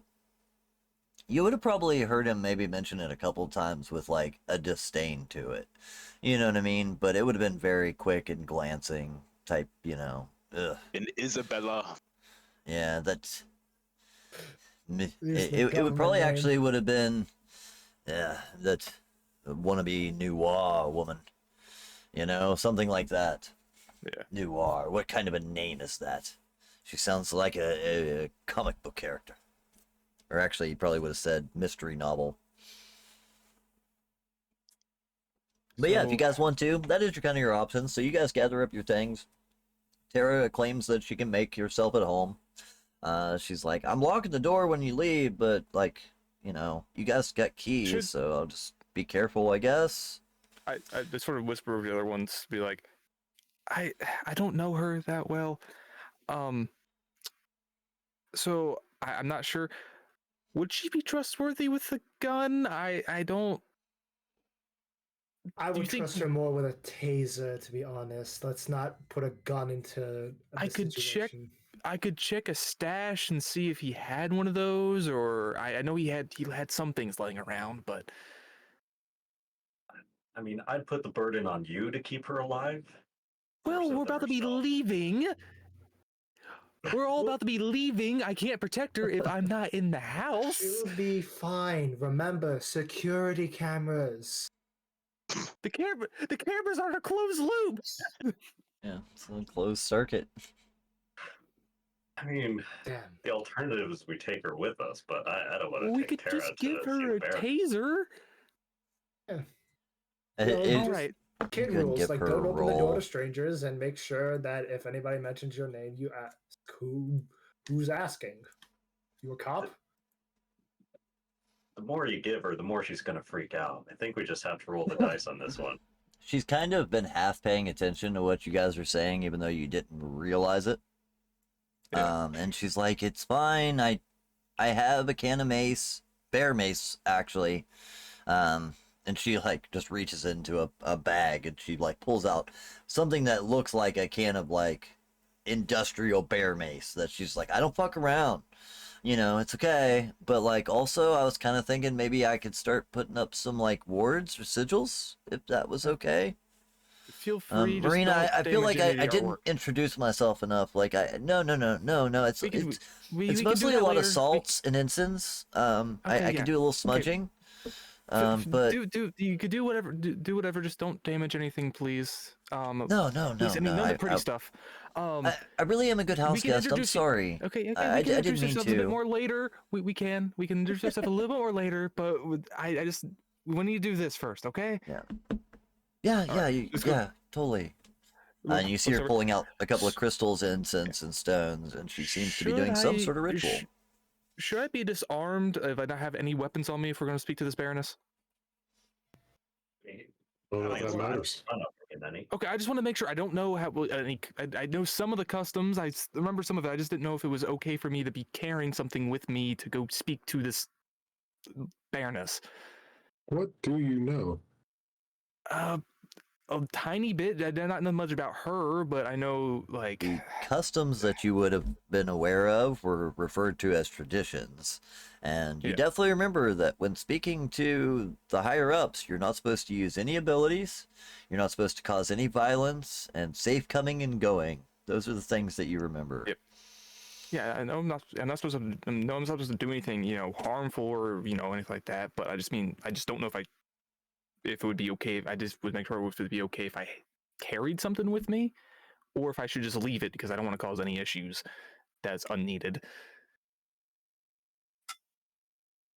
You guys know that when you met the Baron the first night, Bart, you had a shotgun on you. You know what I mean? I think Numar, you had a pistol. A couple of you guys had guns. So, like, you definitely had rolled up in pretty deep. You remember that, her bouncer very specifically having a gun. So, like, it didn't seem like an issue previous. Don't be an asshole about it. All right then, I could do with that. Do you make Lead the the way. time to investigate, like, the bedroom where you saw the stash of weapons before you leave?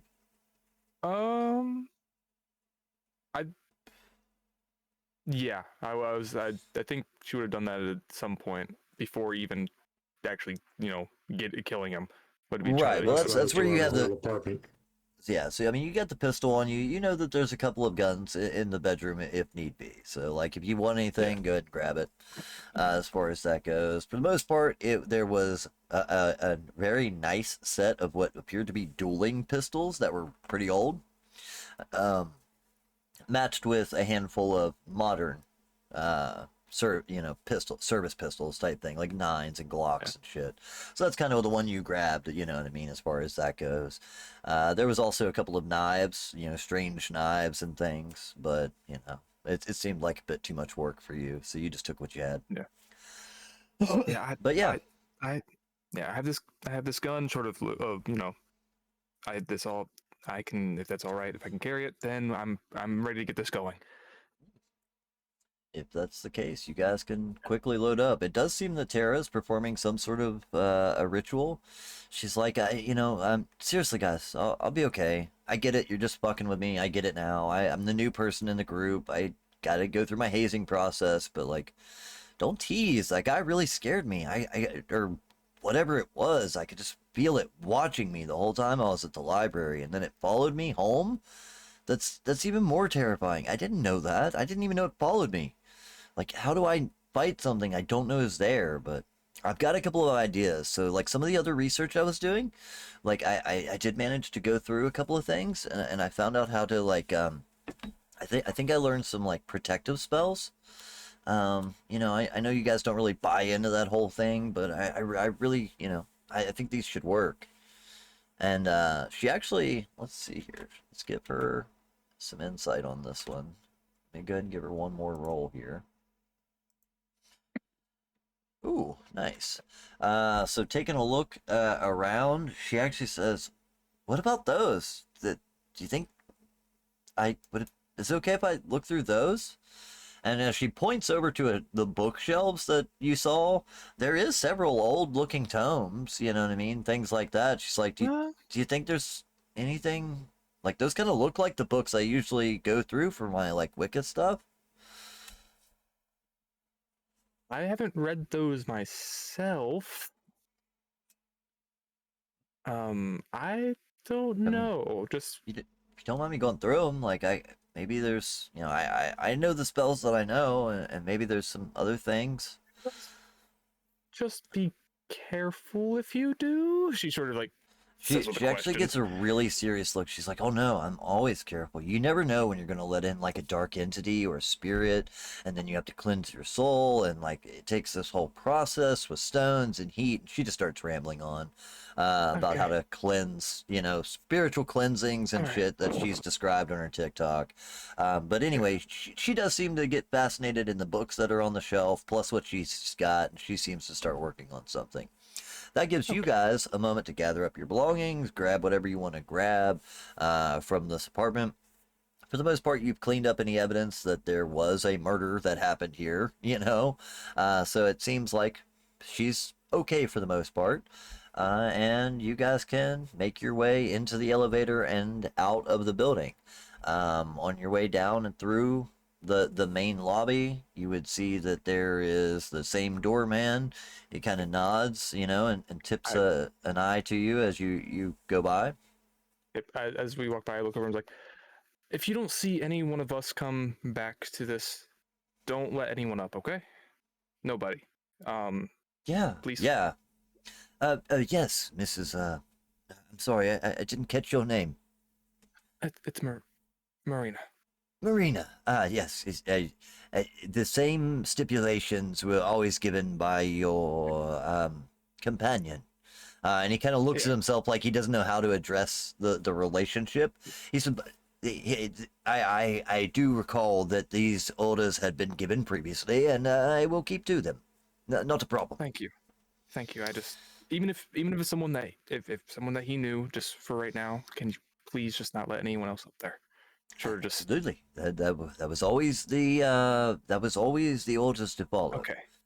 No one but himself was allowed up, or well, he had never actually made mention of yourself, but I knew that you were there. Of course, I apologize. I shouldn't pry. But absolutely, it's okay. Yes, no one in the apartment as always. Okay. You have a great night. And sort of continues to walk with the rest of the group. You do see that he's kind of standing there, and he kind of has a hand out. You know what I mean? Takes looks around. High five, bro. You know what I mean? And takes a look around. Actually, is like, Have a good day, ma'am. oh, okay. He just turns and looks a little frustrated, and then goes back to his desk. She was like, "I'm sorry. I'm just. It's been a long night." It's perfectly understandable. And you make your way out. It is 9:50 right now. This is probably a perfect time for us to go ahead and grab a 10-minute, and then we'll start back fresh with the Baron, unless anybody has anything that they want to do real quick. All good? Good. All right, cool. So yeah, let's go ahead and take our 10-15 minute break here. That'll bring us back about 10:05-ish, and we'll go ahead and grab our break. Guys, thank you guys, everybody out there in the audience that's been hanging out. Don't be afraid to jump in chat. I know that I don't always get to reply because I'm watching the game, but lots of people out there that want to chat and talk about the game. Love to hear you guys talking and chatting and discussing what you think's going on. But yeah, we'll return here in about a couple of minutes as we, I assume, go to visit the Baron, maybe? We'll figure it out on break. Either way, if you haven't already, make sure to head over to the Ko-Fi shop. That is where you guys can add your rumors to the world. There is lots of rumors circulating around already. We have missing kids dressed as superheroes. We've got ShrekNet coteries. We've got a lot of different things. I'm trying to remember them all.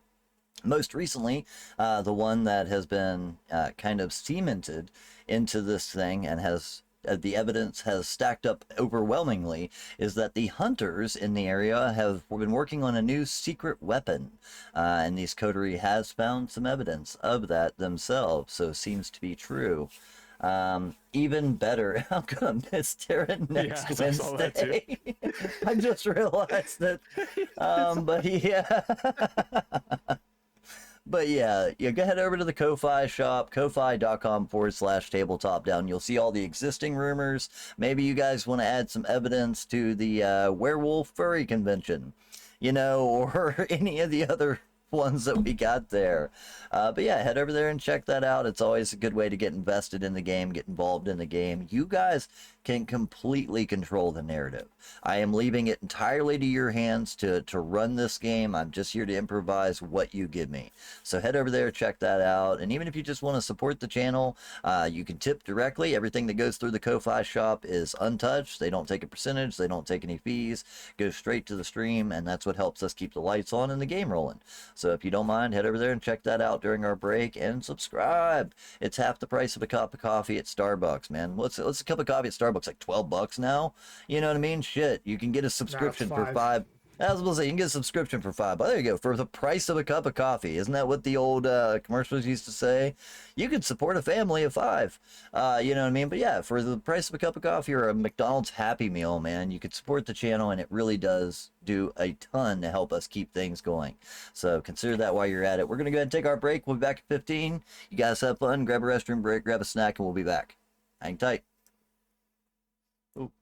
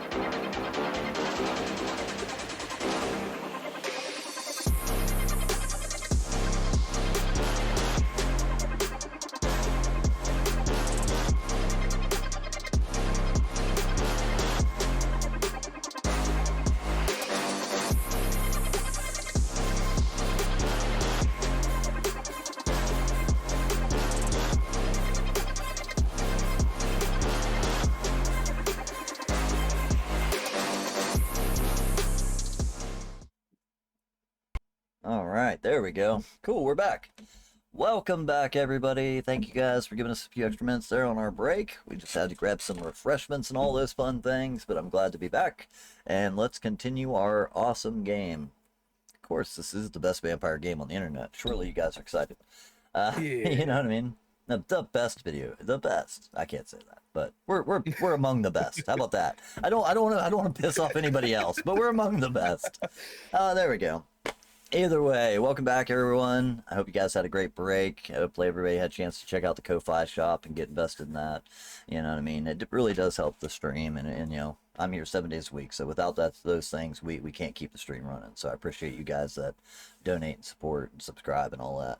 And if you can't afford this thing, Signal Boost. Even now, you know, throw a link to a friend. Be like, hey, check the second half of this cool episode I'm watching. But anyway, let's pick up where we left off. So, Marina's situation is kind of mostly resolved itself. I think you guys have the gist of what they're going through and what they've been through. You do know that they are, of course, you know, more of a fledgling than a lot of the rest of you and seem kind of unaware of their condition. So, let's see what you guys decide to do. So as you make your way out of this nice penthouse apartment building, the apartment building complex itself, and make your way onto the streets, you are presented with West LA. Very specifically, as you take a look to your left about a block, there is the location where we started this campaign. And that would be the Baron's personal, it's not haven, but definitely a personal hangout. If Anarchs had an Elysium, this would be it for you guys.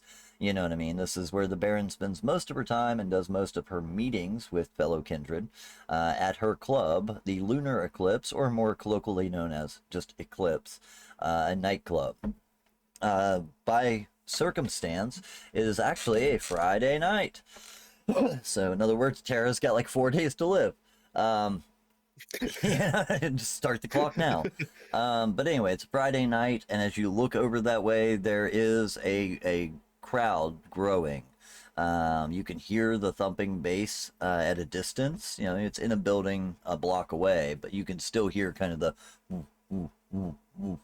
sound. I would make sure to, on our elevator ride down, send over a text to the Baron. Okay, you're actually going to send her a notification.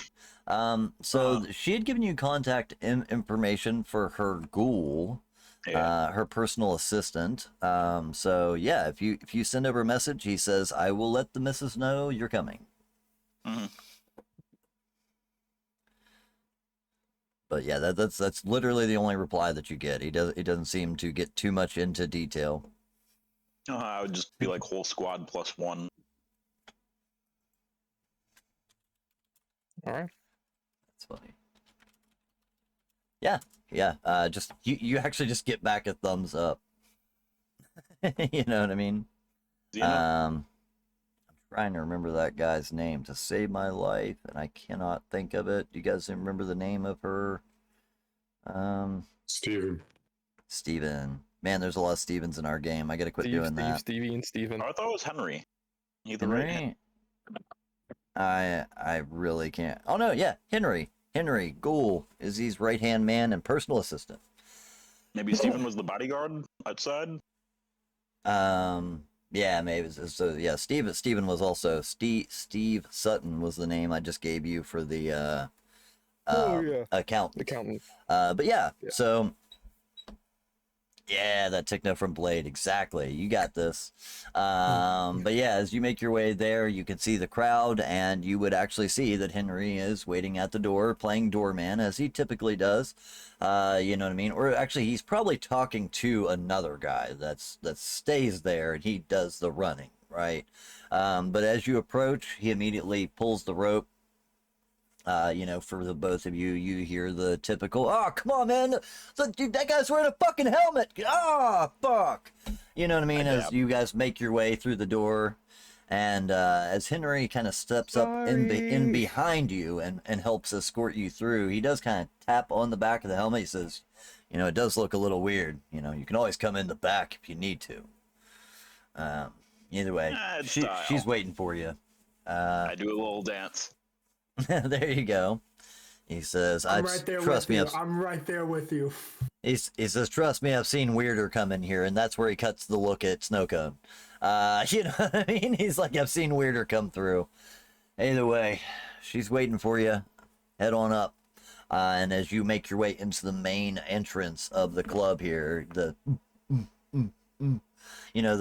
bass bumping hard enough that you can feel it in the chest, even though you don't necessarily breathe, that you feel like it might take your breath a little bit. It's so loud in here. And there is a crowd of people, getting down there. There's lights and arrays going off, and everybody seems to be having a good time. And perched up on her usual, okay, so she's got a couple of different areas that you've been to. Typically, the first time you met her, she had a private booth that was set just halfway above the level, and then she actually has a partially raised private VIP area, and then she had a second story office with a big window, like the two-way mirror window that was looking down onto the club itself. As you guys look up, she is actually standing at the door to that office up top. So there's like a catwalk that walks the top half, and there's even chairs and things set up there as well for a more private reserve setting, but her side specifically, like private door to get up a single stairway that leads to that office, little catwalk, and then her office, and she is standing at the top of that catwalk and just kind of tips her head to you as she acknowledges you and kind of throws a come on up and then walks into the office. Henry still traveling with you. When he gets to that door, you would see that he pulls out a ring of keys, opens the door, unlocks it, and lets you in. And this way, so as soon as that door opens, to the left-hand side, you see the back door where you had brought in things previously. That leads to that back alley, and directly in front of you is a set of stairs that goes up, doubles back, and then makes the spiral up to her office. And he does allow you to go through, and as your coterie makes your way in, you actually hear the door close behind you and lock from the outside. He stays on the out. And you're able to make your way up to her office. Upon making your way in, she is currently standing there at the glass windows, just kind of surveying the crowd, and even kind of, you see her moving a little bit, like she's got a little bit of dance in her, you know what I mean? Kind of looking halfway decent, or halfway decently into the club scene as far as that goes. But yeah, you guys are, acknowledged. She says, come on in, make yourselves at home. We got a lot to discuss. Oh, and if she kind of takes a look at you this time, she says, you got somebody with you tonight. You're sort of Care to fill me in? She makes her way over. Hi. So, just real quickly, since Marina, you have never met Izzy before, you can immediately get a sense of power from this woman, right? She commands a air of like, I'm the baddest bitch in the place, and none of you can fuck with me. As soon as you walk in. So this would be Izzy that we're seeing. Let me see. Yeah, we can all see her on the screen. She might be behind my head a little bit there. Yeah. But yeah, so this is Isabella or Izzy Noir. She is wearing a very nice designer, thin and silky, maybe even more like the picture. You know what I mean? Almost like. Yeah. What do you call that? Like a lacy dress, very little black dress for a club night, you know what I mean? She's got her hair kind of pulled back and tucked in, lots of jewelry and adornments, things like that. She says, it's a pleasure to meet you. How do I address you properly? And kind of gives she extends her hand, she shakes your hand and looks directly at you, yeah. Marina. Yeah, she takes it. I'm Marina. That's a lovely dress. She sort of smiles, just like, thank you. You get what you paid for. This damn thing cost as much as this club did, I swear. I also forgot, I did add a picture of Henry last week too. Henry's a big dude. He's like a refrigerator, but he's typically wearing a suit. You know what I mean? Yeah. But always like got the shades on, never sees past him. You know what I mean? Is that a picture of Shaq? I don't even know who the fuck that is. I really don't. Now that I look at him, like, I think that's a picture of Shaq. But yeah, just giant dude, you know what I mean? So yeah, is she's, well, either way, take a seat, grab a chair. You guys can fill me in and introduce me to your friend here. As she touches your hand, she immediately there's almost a moment of hesitation. As soon as she touches your hand and feels the temperature of it, you know what I mean? That you are both cold, she kind of eases just a little bit, like, shit, okay, I didn't know if I was bringing a living person in here with you or not, but as she points around, there are nice heavy brown leather sofas, overstuffed, big, comfortable. Everything in here is built for comfort and style. You know what I mean? It almost has like a 1950s kind of what are those, like the speakeasy lounge, big high-backed couches and comforts and palm fronds that are in every corner. So it kind of reminds you of like that older style. But yeah, you guys grab a seat and she says, please, what's the meaning for the visit tonight? Please, God, don't tell me there's any more shit I gotta deal with. I got enough. Nothing immediate, but so we found her in the graveyard. It's near our place. Speaking of which, how's that been going? Seems like you're doing a good job of playing housekeeper for me down there. It's been all right so far. So, please continue. Just I There kind were of some look more towards the other confusions. group because I've now gotten nervous talking to her. So Nice. There were some confusions on Anarch traditions about kindred coming into your territory. A new kindred has come upon us, and they wanted to make sure there wasn't any issues with her staying here. Technically, it's my territory, but I'm glad for you guys playing doorkeeper. Okay, so I see how this goes. Let me hear it from you yourself, young lady. She says, so they found you in their domain, or my domain, should I say, that they're caring for me. So why is it that they felt it necessary that they should bring you to me? You weren't bad, were you? I may sort of glances over at the other ones for a second, like let me no, re-ask the question, and I kind of want to hear it from her. Why do you think they brought you to me? Why do you think that they felt it necessary for the introduction? Don't be scared. I'm not gonna bite. Look at me. I mean, I can bite, but I'm not gonna bite you. Well, but he just sort of chuckles. I sort of she sort of just sort of stumbles, not really knowing how to say things, and I was like, If anybody wants to interrupt, they can, but yeah, just she's intentionally kind of got a wry smile on her face. Well, there was a small bit of issues, she sort of says. Issues. I'm going to take a guess that you fed on somebody and overindulged, and now they're bringing you to be my problem. So you, what? You killed a mortal, you tried to hide it in the graveyard, and they caught you guys. No, nothing like that. Close. She came upon us, and Worse we're or just better? trying to clear everything up. Okay. No killed the mortals have Cammy, passed. I think. Explain to me why you would say that. It's just typical problem. You guys just got put in charge of feeding grounds. I know that you have a pretty decent feeding ground down there in, what do they call it, Nocturne Alley? That little the place with all the dive bars, so that's typically where the problems came from. Robert always complained about people that would overfeed or, things like that. I just assumed. Graveyard being the place where people think to dispose of bodies. So is it better or worse? Because now I'm kind of concerned. Let's just get it out with. Somebody tell me what's going on here. Should I? She sort of looks over like with eyes like, should I just say what happened? She actually like snaps a finger almost in your face. She said, no, back here. You don't need their permission. They answer to me. And if you're in my domain, that means you answer to me.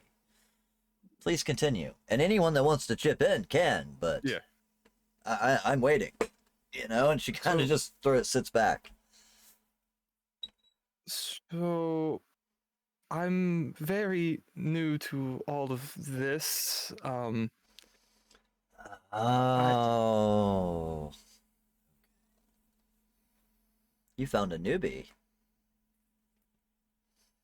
Well, you were wise to bring her here. Introduction should be made.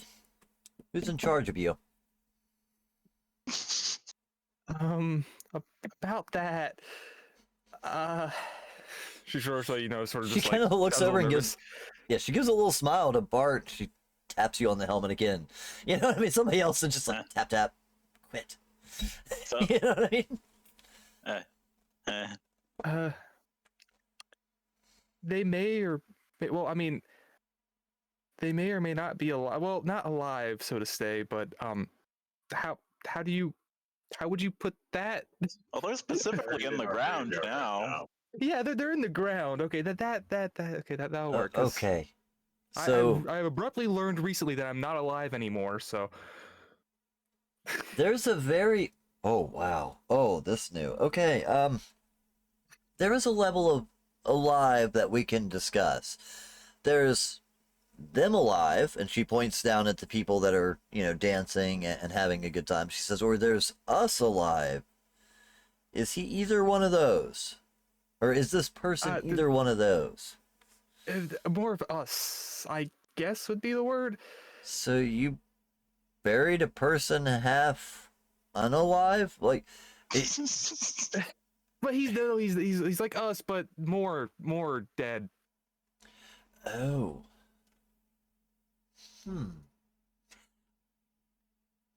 Okay. Yeah. Remember what I said about not bringing me more problems? Okay. Who, how, where, when, and why? Somebody give me something here. And listen, Earlier, you're new. I understand things are going to be real confusing, because trust me, it's a fucking mess. And you wouldn't be the first person who killed your sire, if that's what you did, But I need to know who it is, because if it's any of my people, holy shit, what a mess to clean up. oh, okay. So earlier tonight, she just starts going. I was stuck in the apartment for 6 months, I think. I haven't gone outside since the night I was brought in there. I she sort of just sort of stumbles. Name. I think he mentioned his name. What was it? It was You would Anton, know. Antony, Anton. Yeah, like Yeah, you definitely Anton. know his name, yeah. Yeah, Anton Pedrov. Wait. Petrov? Yeah, Petrov. Anthony. I Anthony think so. Petrov. Yeah. How did you guys end up? Please continue. I know Anthony. Anthony was a holdover from previous conflicts, we will say. Asshole. He was a cam. Yeah, He was still in town? yeah. I didn't even know he was here. He was like a block away from here, actually. For the past 6 months. Of course he would be. Just quick tidbit, and for those of you that need to know, he was one of the ones that came in when the last Praxis was claimed. He tried to help out. He was a minor player. He thought he was a big shot, but I could swear he was dead. Most of those guys got chased out years ago. I figured he ran back to New York and tucked his tail. So you're telling me he was staying a block away, and he kept you prisoner? Yes. First off, let me just say that I'm sorry. I can understand that situation better than most. Some people aren't kind to others, and that's unfortunate. Well, thank God he's not one of mine. In that case, I'm glad the prick's dead. You should have staked him or stabbed him or cut his head off, whatever the fuck it was. I don't care. And the body's been buried. You did finish that process, right? You could have burned him. It would have I done think the job. I think it's finished. I don't remember really much did. what happened. Okay. I just Right. sort of blacked out and he was dead, so I don't really remember too much. That sounds about right. When our inner, let me explain that when our inner voice speaks, sometimes it speaks very loudly, and it's hard to control the urges that happen in the moment. So, how much did he tell you about your condition? How much have you told her? And they kind of look around. She looks around the room to the rest of you guys. He told me a fair bit, but I didn't really listen to most of it because I was kidnapped by this weird guy, and he just started telling me I'm now undead. Not necessarily didn't really say that word. He's like, I have to drink people's blood now, and was keeping me in an apartment and didn't let me go outside. So I didn't really take a lot of what he said for face value. Yeah. I assume he probably knew better. Because if you were wandering the streets, that makes you a liability to him. Because if he knew that I knew that he was around, his head would have ended up on a spike a long time ago. Truth be told, you did me a favor. Sorry that you had to go through what you went through, though. That much is unfortunate. It does concern me to know that there was any cams left around here. Keep an eye out in your areas. I'll have the rest of my landlords do the same. Last thing we need is another uprising. It's been a couple of years. I don't think they'd be this quick moving. The Camarilla doesn't move with haste. They plan things decades in advance. They're old traditionalists. They don't tend to do anything hasty or without thought, so I doubt they're trying another incursion, but probably just got stuck here after the last war and didn't know what to do with himself. Or thought he could ride my coattails to the top. Either way. Well, at least it's dealt with, and the body's been taken care of. Well done. I see I did a good job picking you guys as landlords. You've done well.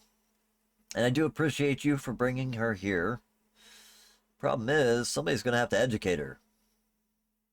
And I have a club to run. How would you guys like a pet? I mean that in the sweetest way, dear. Just ignore it. And she goes back to looking at the rest of you. Kind of short on numbers yourselves? Got a new area to take care of? Honestly, I think it would be a good fit for you. Somebody to help keep you in line. Not hearing any objections. Good. It's done then. Good. I guess. Good. I would like to explain to her like where the house was. Okay. Just like wherever it is. Right, yeah, Just kind of block that way. Big ass apartment building, penthouse floor. But maybe it shouldn't be giving the Baron exact coordinates? Like, Well, before, 5 like, minutes ago, you wanted list off the to address? turn it over. I know Just the for the time building. being, I don't know. Yeah, it is a little bit out of your domain, isn't it? it was Well, everything. All the paperworks we Is that saw. an okay it was place for her all to stay? Yeah, all the paperworks were was it set to go to me after his death? It looked like we saw. We still haven't followed up on that yet. lucky you. I know Anthony. He had significant holdings. So here's what I know about Anthony. I'll give you a little bit to see if maybe this helps clarify some things. Anthony was always second best. Cut rate kindred. Half-ass in everything he did. Coward, honestly. I've seen him run from more battles than fight. But he always tried to play the hot shot, and because he had some success early on, he had the money to back it. Typically, when the Cam asked him to join, I assumed it was because of his ability to fund things, not because he was a brave warrior to fight in the war or to help hold the city for Praxis. It was because he had the money to buy the guns and the holdings that they needed, so he was a financial backer. So when they left, he probably was just too scared to try and make his way out of the city, or too stupid, one of the two. He should have ran when he had the chance. If I'd have caught him, I'd have killed him too. But he tried to be a Hollywood hotshot. You know, he always wanted to claim that he could, you know, do this or that. That he had the money. Don't get me wrong, he had money, but that doesn't give you true power. I have money. It doesn't give me power. Power gives me power. My badass attitude gives me power. The fact that any one of these people would die for me because I'm good to them gives me power. But he was a cunt. You know, I don't know any other way to put it. I apologize. I'm sorry. I know he was your creator or captor, however you look at it, but I was not fond of the man in the slightest. I am sure that he was silver-tongued when you met him. He was always a charmer. He could talk his way into a crowd, but he couldn't talk his way out of a wet paper bag, fight his way out of a wet paper bag if he had to. So, well, I either guess way. that's lucky for me then. For an asshole, he talked a lot of shit, didn't he? Yeah, exactly. And, yeah, obviously, if a fledgling that barely understands her own abilities was able to take him out, how did you Might have do been it? sleeping. That makes sense. That's the last thing I still remember. I felt really, really hungry, and I was planning it for a few days at the very least, and something just sort of took over. I want you guys all to make an insight roll. Wisdom insight. Or charisma insight, whichever you prefer.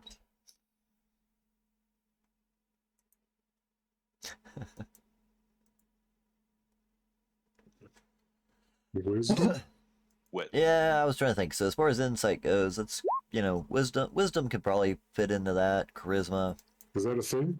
I can't We don't find have wisdom. Oh, sorry, shit. I fucking wits. I apologize. Yeah, wits, intelligence, above that wisdom, top. intelligence. Yeah, no, that's my fault. It's hard to run So a D&D really- game and a vampire game in the same week. But you yeah, guys rolling? let's see. Insight, I did charisma, insight and charisma. Insight? insight. Yeah, insight's the skill for sure. So 2, 3, 3. How many more have you got? And of course, Marina, you don't have to. Well, no, Marina actually Yeah. roll this too. Yeah, Okay. because this isn't. It's not about reading you. It's about reading the room. Insight plus Either charisma or wits, whichever you got. Whichever's higher for you. both the same. Charisma's kind of a social skill, so I'm okay with using that. Nice. All right, 3, 3, 2, 2, Yeah, 2, 3 2, and 2. 2s all around. All of you realize there's an immediate mood shift as soon as Marina mentions being hungry. And you see Izzy stop. If she was breathing, she would have stopped breathing. And she just looks at you with an odd look that you guys would all catch noticeably as you're continuing your description of how you woke up hungry and decided to deal with him. You said you killed him. How Yep. did you kill don't him? I honestly don't remember. I think this might Did require a you do the bit more thing? investigation. I'm raising my hand very politely at this point. Okay. I'm like, excuse me. She looks at you and nods.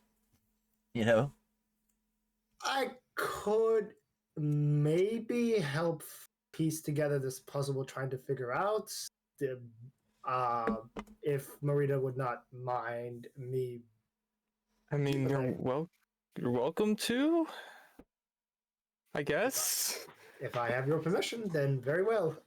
They're gonna like scoot over closer to Marina and like hold out their hands and just be like, Hesitantly. Okay. That's so. and I'm gonna use premonition. premonition. All right. If you want to go ahead and first make me a rouse check. You got it. to see if you get any hungrier. Now it's Scry the Soul that Watch can that like video. get a confirmed thing on this, right? What's that? Like Scry the Scry Soul, yeah. Yeah. Mhm. Still, maybe you might figure something out here, buddy. All right, so It let's depends on take a the roll. look. Yeah, roll some good dice. Premonition is okay. So first off, let's see where this went to. All right, so you succeed on your rouse check. You don't get any hungrier, but I do need you to make a. Let's see, premonition is resolve plus auspex roll.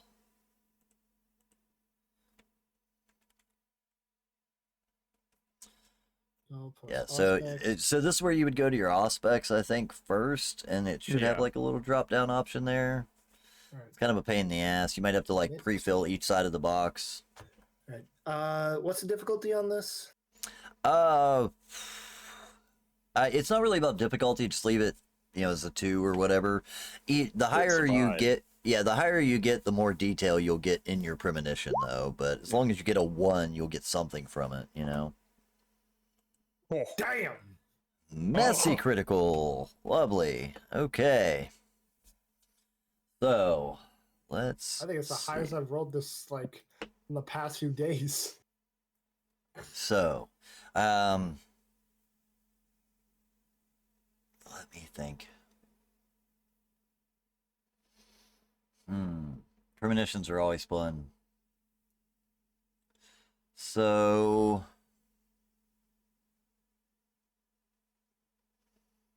let's see. You see a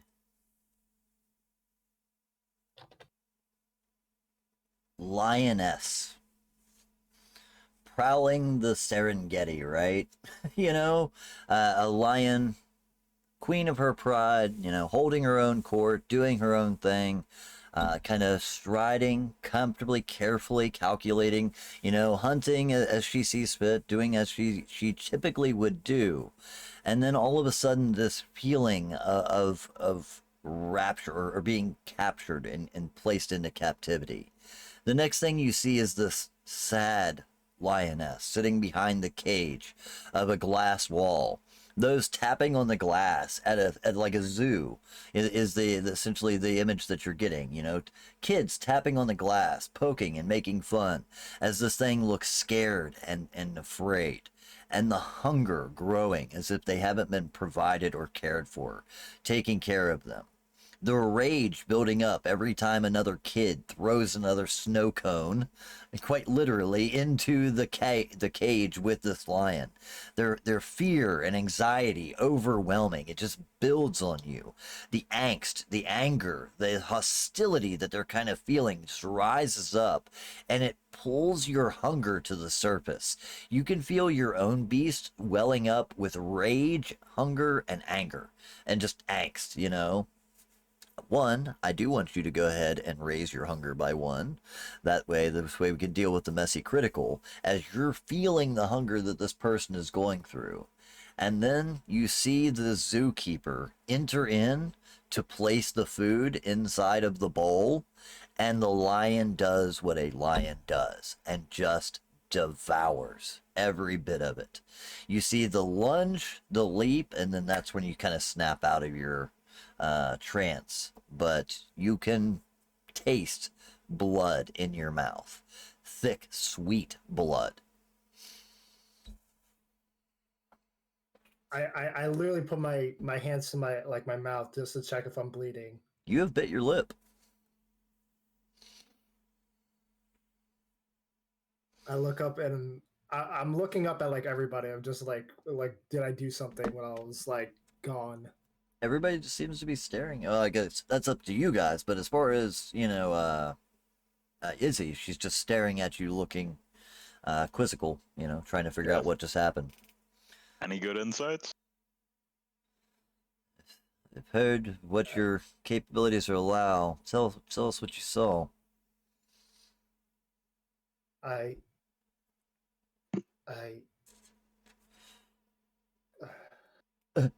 Marine, Yes.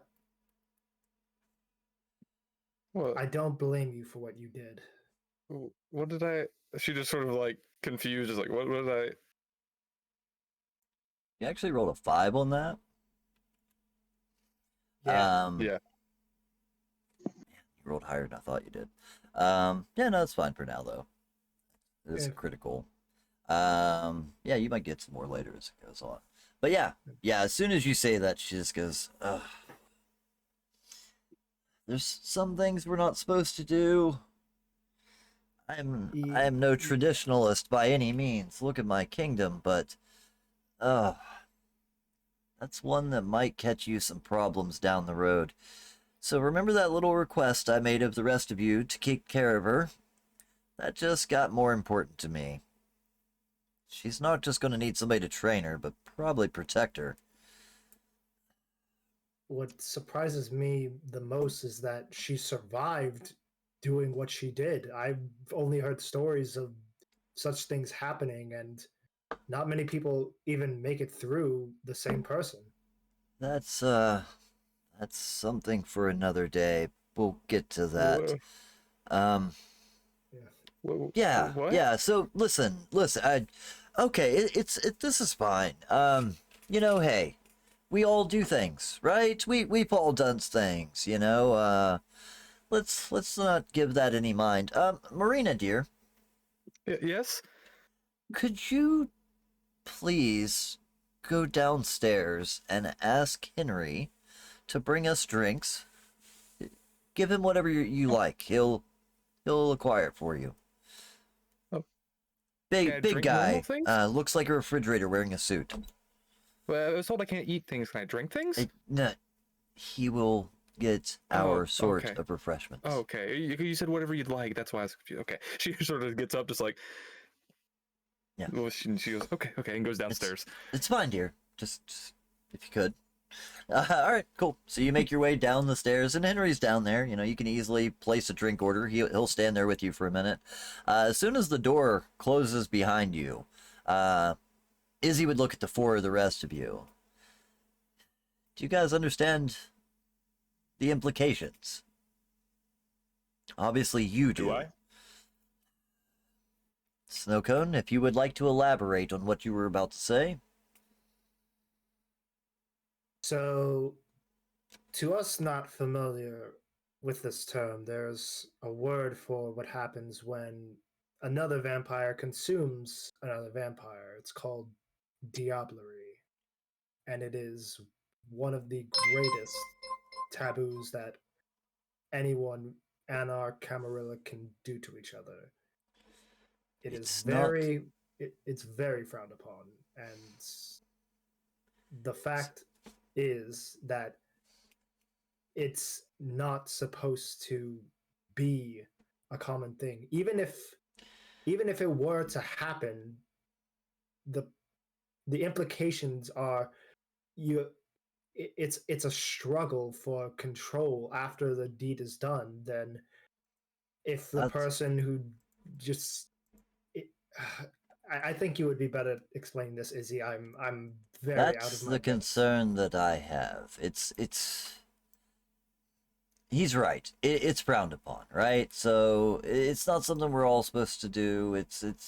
I mean, lots of kindred. Some of us need thicker blood to drink. It's not just the act of consuming from another kindred, but the act of consuming the kindred themselves. There's rumors about it, whether it's their personality or their power, their essence, so to speak. Some may even say their soul. That's the concern that I have, is when someone does that thing, it can lead to an internal struggle. A battle for who gets to hold court, so to speak. The truth is, that may not be Marina downstairs that we're looking at all. It may be what's left of her, or her body, but the truth is, that could be Antony walking around in her skin now. I've heard horror stories of those that try to perform the process and not able to obtain it, she might have got lucky. Antony was not a very powerful man, but still, his age alone, he was nearly 300, 200, 300? Is generations above myself, even.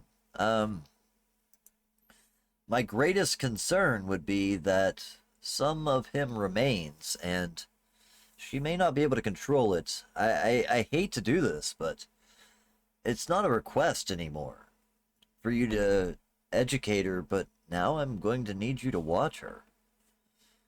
If Antony was able to survive, transfer, I know it sounds ridiculous, like a ghost story, right? Like a possession. Think of it like that movie with the girl and the crucifix and all those things. If there's some of that remains, she would be unaware. She couldn't. I am unsure as to how much of Marina exists and how much of Antony exists at this point. And I think it best that we keep a close eye on this situation. You guys are quite the interesting coterie. How did you stumble upon this one? Diablerie is, I mean, we don't live to the traditions anyway, but even amongst the anarchs, this is not something that's commonly done. It's not acceptable amongst most social classes. The idea of consuming everything that somebody ever was, but the hardest part is trying to control that newfound ability. Have you seen her do anything or act strange? Has she seemed unlike herself at all? Anything that stands out to you? No, nothing at all. I mean, she never seemed like a man. There's like there a was 50% There was chance nothing. martini. There was nothing at all. We didn't notice anything. Do you mean that, by the way, Jamal? Do you honestly mean that, or is this kind of a deception that you're trying to slide by? You said Jamal and not Clark, so I'm not sure what your intent is there. Oh, so yeah, so sorry, I was meaning, does Jamal, actually, yeah, Clark, does Jamal mean what he's saying? You know what I mean? No. Yeah. Okay. That's I was just kind of. I understand the question, and I understand that they were going to continue to babble out things that they shouldn't, and so I interrupted them. Right. That's why I was just curious if you actually thought there was something that you had that Jamal had seen or anything. I was just kind of curious. I was going to have you roll if you needed to lie, but I think that We can roll for it. Okay, yeah. If you want to go ahead and do that, because like there's been a couple of weird things, but nothing maybe in that way. But yeah, No, if you want to go ahead and give me understand. like a manipulation and shit, what am I thinking? Manipulation subterfuge maybe, or you could roll persuasion. If you honestly mean it, you could roll persuasion. No.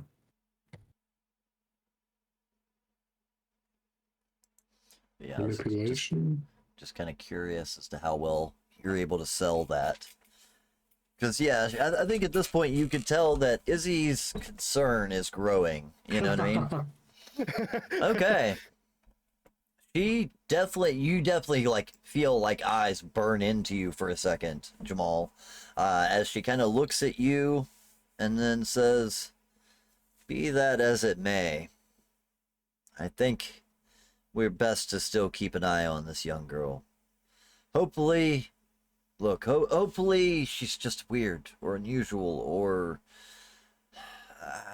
Dear God, I don't need this. If We will I keep an could eye... Oh, sorry. Please, go ahead. If it does ease your mind, we do have a witch employed with us that is working with spiritualism. If Maria would take the time to... if Maria would ever take the time to allow us, then we can see how much is her and how much is not her. If you do, as you say, know a Tremere powerful enough to perform this ritual, that seems like a wise idea. I know that they can do certain things, taste blood, etc., be able to determine certain elements. I think that would be fair. Do you guys feel up to this task? Can you keep an eye on this person? Do you Yeah, we think? can handle that. My concern is if they do turn, I would be cautious of what you say around them. If Anthony is still milling around inside that young girl's body or brain or whatever it is, I mean, if he's still in there and waiting for some opportunity, he was older. Like I said, a coward. He would run from every battle I'd ever seen him at. But, he is still older. So, I know a lot of you are newer to the night, but I feel like you could handle it. There's 4 of you to 1 of them. Regardless, okay. Speak with your Tremere. Keep an eye on it. Have them examine the blood. See what you can do. Make sure, maybe use some more of your discipline, and see what I should have said this one. Use some more of your capabilities and see what you can find out. Keep me apprised of everything. He was not a powerful man, but his coterie, on the other hand, was influential, at very least. He wasn't alone. And if he's dead, there will be people looking for him. So that puts enough of a target on her back. And if he's still in there, or decides to pull a coup or a switch at the last moment, then the situation could be incredibly severe. And it's probably around that time, like she's half cut off in her sentence as Marina, you're given the drinks, or actually you're escorted back up by him. Yeah. And he when you asked for drinks, he didn't go out to the floor to get them. He actually went down around to the basement to get them. And as he comes back up, he's holding a tray that has rocks glasses, like a brandy glass that is filled with red, thick liquid. And he please, I'll help you with it. And makes his way back up. So she gets cut off in the middle of it as they make their way back in. Red wine, anyone? Hell yeah. Yeah, something like that. As he starts passing out, glasses to everybody, he would just more or less sit it down on the desk, and she would just say, "Henry, that's fine. Thank you. Everything okay downstairs?" Yeah, it got it handled. Typical night. I had a couple of guys at the door start a little bit of a fist fight earlier. One blacked the other's nose. They left. Nothing to worry about. It's all good.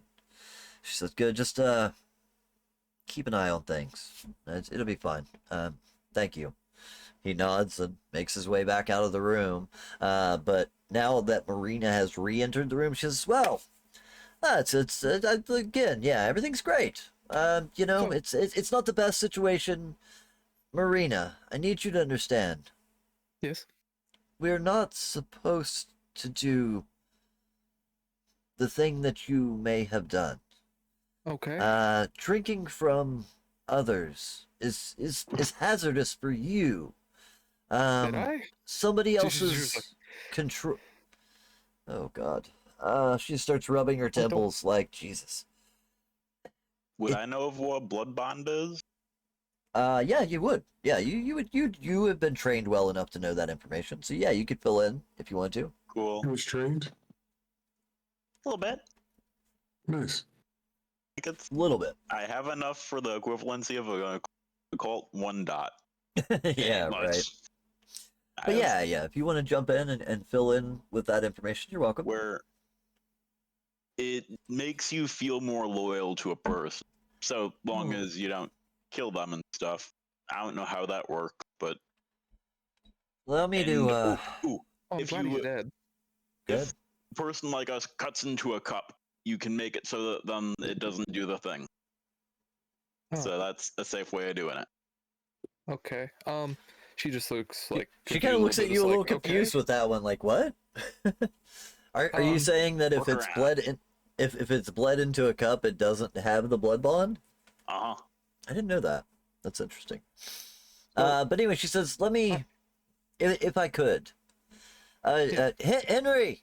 And she yells back out to him, like just seconds after he's walked out the door, and he comes, yeah, did you need something else? And she says, yeah, if you could, do me a favor. You know I appreciate you, right, Henry? You don't have to tell me. It's all good. And just in the middle of it, she says, slap yourself. And he just immediately, whack, slaps himself in the face. And he's like, Jesus. Oh, She said, sorry, I had to prove a point. Oh. That's all. She kind of looks a little bad for it because she wasn't expecting it to be so instantaneously. But he's been her employee for a while, so that's all. Go. Yeah. she just Marie just kind of like, he's a very loyal employee. I don't know many people that slap themselves for just because their boss told them to. He is the most loyal employee. Henry, again, sorry, but I appreciate the demonstration. You're good to go. She kind of, like I said, she kind of looks bad about it. And as he steps out, she says, Henry is not one of us. He's mortal still. But he's tasted from me. My blood holds sway over him. He would have done that regardless if he wanted to or not. I personally feel Henry probably would have done it either way, but that's give or take. Others that have influence over you can have power over you, and that would be the concern. So you shouldn't drink from any of us. Strictly mortals, and never to the point of exhaustion. Dead bodies cause questions. I wouldn't want to kill anyone anyways. At least not anyone that didn't deserve it. Even then, there are laws that we still have to abide. I mean, we are separate from the initial. We're separate from, standard mortal society, but, we still have to at least pretend to, abide by their bullshit, whatever, So, But, she just sort of looks up. Just. So, is it? Oh, sorry. Go ahead. Good, no, please. Is it normal to be able to move really fast? Like, really, really fast? Just kind of like looking, just like. Oh, does anybody else wanna? Oh, wow. Like, I've heard of some of us doing that. Yeah. 6 months, and he didn't even train you on your abilities. Oh God. I was mostly How locked fast? in the room. If you could give us an example. I sort of did it earlier. Do you want me to do it just to see, or do you? I mean, she If you she want. grabs a letter opener from her desk. Just off the top of it, you see her hand kind of slide over and grabs it, and as she does, she throws it at you, just to see if you can catch it. How do you react? She tries to catch it, but I don't know how. Like, if it would be if I have something like she just chucks it at me. She'd be like, ugh. Your but I don't know. manual acts of dexterity, I would say, fits into this category. You know what I mean? So it's up to you if you move out of the way or if you catch it.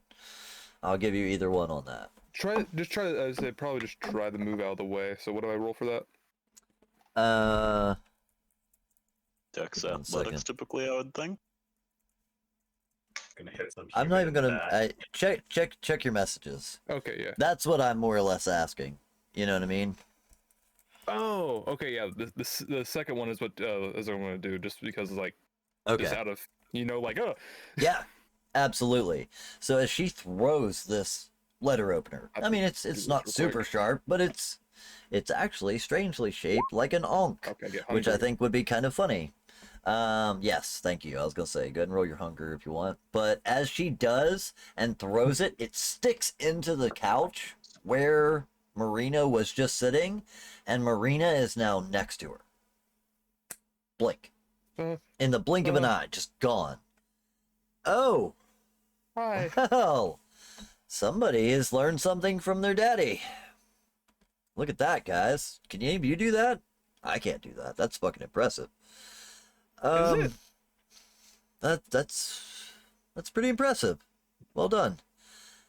Sorry for hungry. throwing something at you, but I figured if you're not, your instincts tend to kick in. We are, predators, are we not? I feel. Well, I think I'm a little hungrier than I was a minute ago. Let me get. I'm gonna Take- get back to that drink. take your drink. She just points at it. She goes, Maybe well, starts- that definitely confirms a few of my suspicions about how much of the sire she has still remaining with her. And she would look very pointedly at Jamal, Snowcone, Numar, and Bart. So that's good for you, Marina. I did that earlier today and then got hit by a car. She just sort of, she just sort of says as she takes a sip. You would kind of laugh at that, Yeah, it took me a little while to get used to my abilities too. They are, it takes some getting used to. But, you'll get the hang of it. These guys have, volunteered to help you with it. Haven't you? She sort of Yeah. just, like, swig of that drink. Well, I'm glad that you brought her here. And, I really thought when you were coming here this was about something else. But, okay. Well, I Let's guess, go, yeah, let's any just word go. of things that we should be aware of. That, Oh, knowledgeable Baroness. that I have, actually. So this is why I thought you were coming. Henry has done a little bit of legwork on your behalf. Well, I guess on my behalf. The incident here at the club a couple of weeks ago, about a week, so it's been 2 weeks now, I think. A couple of weeks back when we first discussed this landlord situation. You had mentioned that there was a gangster, a gangbanger or whatever. So someone tried to shoot somebody else in the parking lot. I believe, Numar, you hit him in the head with a sign. I did watch the video. Well done. Either way, I had Henry look into it. I've got some information. And she actually opens a desk drawer. She pulls out a couple of pieces of paper, and she would sit him down on the desk. I was able to get his name, location where he runs, crew that he runs with, things like that. I was going to ask that you look into it for me. I'm still not 100% convinced that there wasn't more to that interaction. There were just too many things happening at once, and I just wanted to keep an eye on it. So I did get this for you as well. Henry's already done some tail work. Seems like an average thug. I mean, I don't really, he peddles a little bit of dope. I've seen him do some, back alley dealing and stuff, but he doesn't seem like your typical hired assassin by any means. So I thought maybe you guys could take a look into that, I know it's not your domain. I am asking extra of you, and the favor would be returned in kind according to the merits of the favor in question.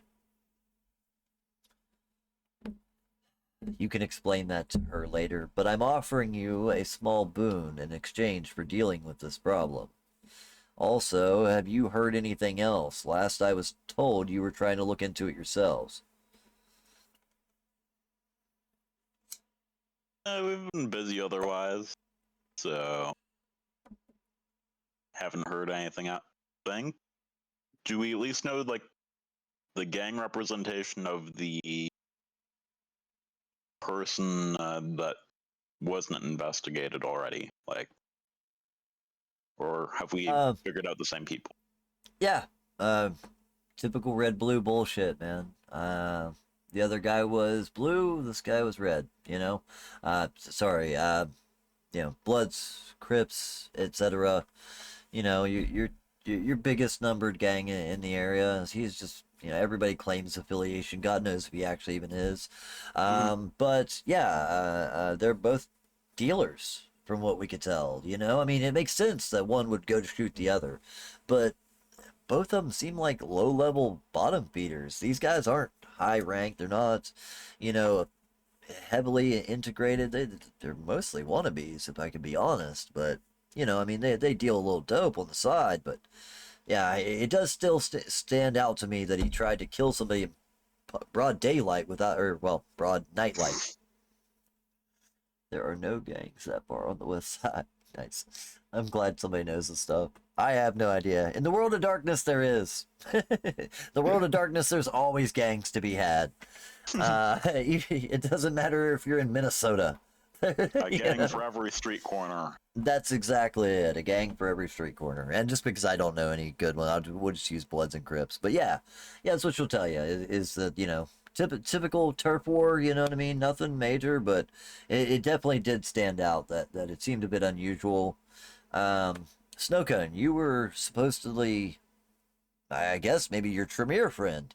You said you were looking into the ghost situation. I can't even believe I'm saying that, but yeah.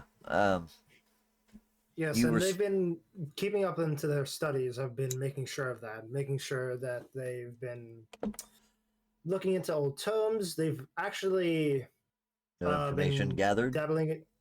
Well, they've been dabbling into some blood magic tomes recently. My only concern is what the that, Tremere do. Yes, but what has me worried is that they may have come across information that belonged to somebody else. Hence, why I bring this to you. They are currently being followed by someone. We don't know who it is yet. But we are working on finding out who that is and hopefully stopping them before they do anything drastic. Wait, now, so, okay, you must have gained some more information. I guess it's been a while since we talked. Last time I talked to you, it was just a ghost popped up in the alleyway, but now you're saying somebody's behind it? I mean, that was, if I'm being honest, that's my suspicion. If I had to go with my gut instinct, I feel like somebody is trying something. Well, you know, it was bad enough that we had these people out here, but right in the middle of it, all these, you know, possible, you know, law enforcement from the gang members, masquerade breaches from, you know, specters coming out in the middle of this crowd. It seems too coincidental. Too many coincidences to be a coincidence. You know what I mean? It seemed like someone was involved. So if you know something, I do need to know what you know. Well, I can try and gather up information at a later date because I don't want to give you any false information or anything that wouldn't mean anything at the moment. What he hears, we're gonna sort of go mutter like, "There's specters too." That was a whole. Oh, we will have that conversation another time. That was weird. That was My dear, so weird. There are a great many things in this world that we should fear, and we are among them, so you probably ought to get used to hearing strange things. Yeah, I'm coming to learn that slowly, but it's yeah. Don't you worry, you got four willing vampires to teach you everything you need to know. Oh, sorry, should not have said the V word. My bad. Don't use that word. I know. I'm Hollywood sorry. bullshit. I'm old school. I'm sorry. I imagine that is true. Growing that up how in we the call silent ourselves? film era. Kindred. Kindred would be the Okay. word that you should use in formal company, or lick if you don't necessarily like them. Okay. Either way, I do expect a full report from you, Snowcone. I'll give you a week, but I need to know something, and I would like you guys to investigate this if you could. Again, I am offering you a boon in exchange. I know that your job most under me is to take care of your own area, but as a small area, and proving yourselves as capable as you have, and getting invested in as much as you seem to keep getting into, I would like to, call upon your services if necessary, but I am always a reasonable person, and I will repay any favors in kind. And a favor from the Baron is not something to be taken lightly. But I would like to hear something back. If you can, here's the information. She slides it out. Like I said, his name was Marvin. Some gangbanger that, I guess, tried to kill the other. We didn't get the name of the other individual. We saw his affiliations. We've been able to track him, but we didn't get his name yet. But Marvin here seems to be our shooter. And anything else that you find, I do want to know what you can get to. I've been still dealing with the protests on occasion, but they have seemed to reduce in number, at least for the time being, so hopefully that matter's resolved, or they've found some other establishment to protest or picket outside of. Ugh, disgusting.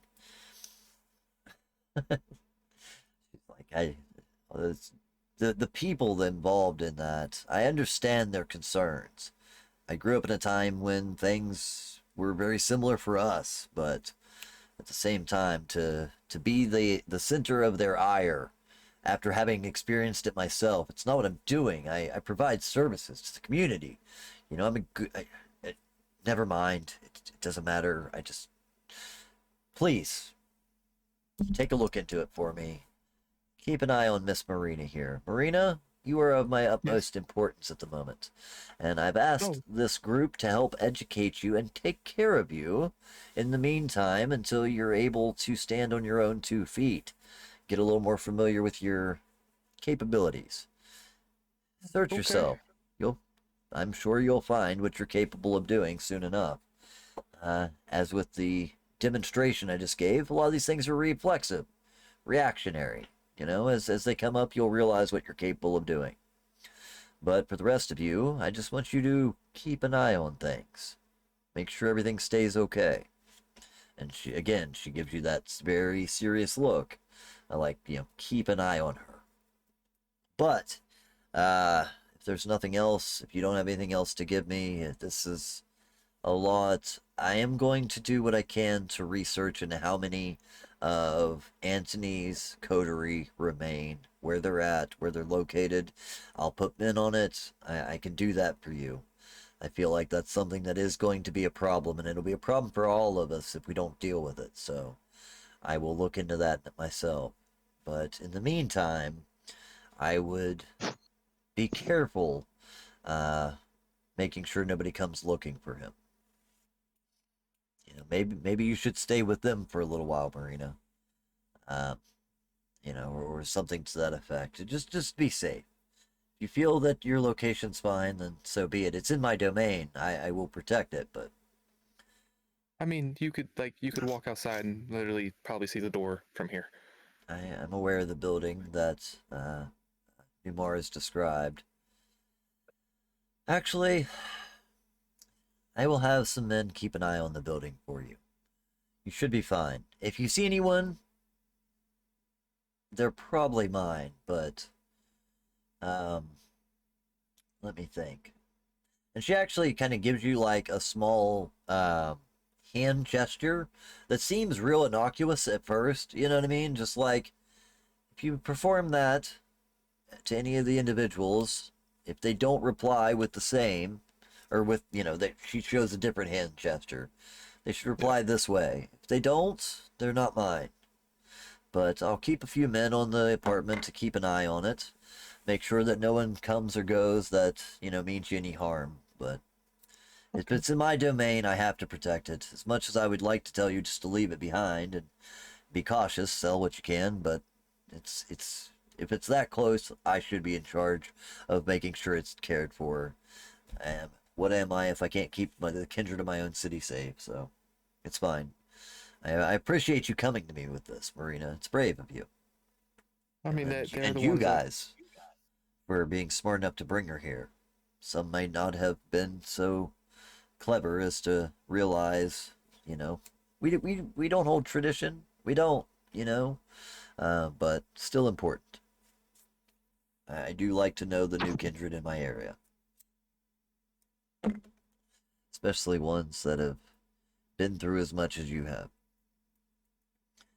But anyway, it's Friday night. I've got a club to run. Anything else that you guys need from me? I'm good.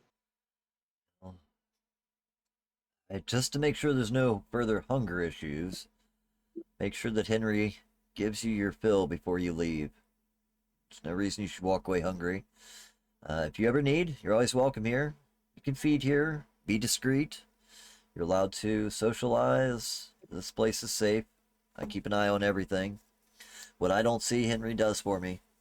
So, if you ever need the assistance, come to me and don't be afraid to ask. I haven't heard from you in 2 weeks. I'm okay with you taking care of your own business, and I'm glad to know that I don't have to micromanage it. But, stay in touch. Either way, let's call this meeting adjourned. And she stands up and walks back to the plate glass where the two-way mirror is to look down at her club. What will I do with this city?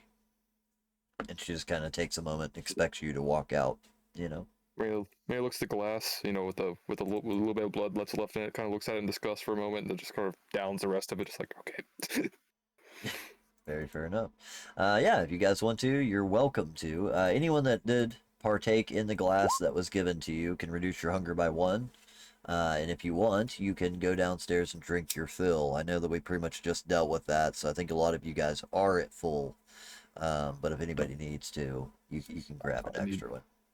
Yeah, I probably need one more. Yeah. There you go. Yeah, you said it's been 2 weeks. It's been 2 weeks since the game started? Yeah, I think it's been about 2 weeks, because we skipped a week, remember? At one point, we skipped, like, a whole week from, like, episode 1 to... Okay, you guys dealt with all this shit. Like, our first 2 or 3 episodes was when you dealt with the protesters, the ghost, all that in her parking lot, and then we skipped, like, a week. You know what I mean? Okay. Just because I remember telling you guys, like, if there's anything that you did during the week, go ahead and do it. That's when Bart Cool. went and spoke with Ruku and shit. Yeah, so it's been about a week. Cool. Okay. So yeah, you guys, it's been about 2 weeks since the beginning of the game. But yeah, she is, Henry catches you guys glasses on the way out. If anybody needs a refill, make sure everybody can reset themselves to hunger 1, unless for some reason you don't want to. And you guys are led out into the club. The thumping bass kicks back in, you're now that you're actually out here in the heart of the club, there's people all around you. You can smell sweat and blood mixed all around, you know what I mean? Not necessarily blood, but the warmth smell of human kind all around you. So where do you guys head next? We got about 30 minutes left of the game. It's entirely up to you how you'd like to finish this. Was there an obvious address for the lawyer? Yeah, you were given there was actually an accounting firm that was listed for him, and then a personal office as well. So like there's the firm that he's attached to and its location, you have that info, and then also he has a smaller like personal office where he seems to do some things out of as well. And you have that. You don't have like a like home address, but you have all the business info. She also gave you a slip of paper that says Martin, and sorry, I said Marvin, right? Marvin? Yeah, anyway, Marvin, and the street where you could track down the gang member if you wanted to. Any other addresses or anything like that you need? I think that's about it. Yeah. That's all she would have given you. Making your way down through the club, though, do you guys just head directly out or kind of mingle for a minute? I was up to I that. feel like a mingling type. Right. I will like say, So, you guys would oh, see... sorry. I was just going to let you know that you do see at least one familiar face, and that would be Damien, I believe was his name. or Damon. Damien Silver or something. Damian There's like Steele. Yeah. Steele. See, yeah, he is posted up at the bar chatting and kind of watching over the crowd.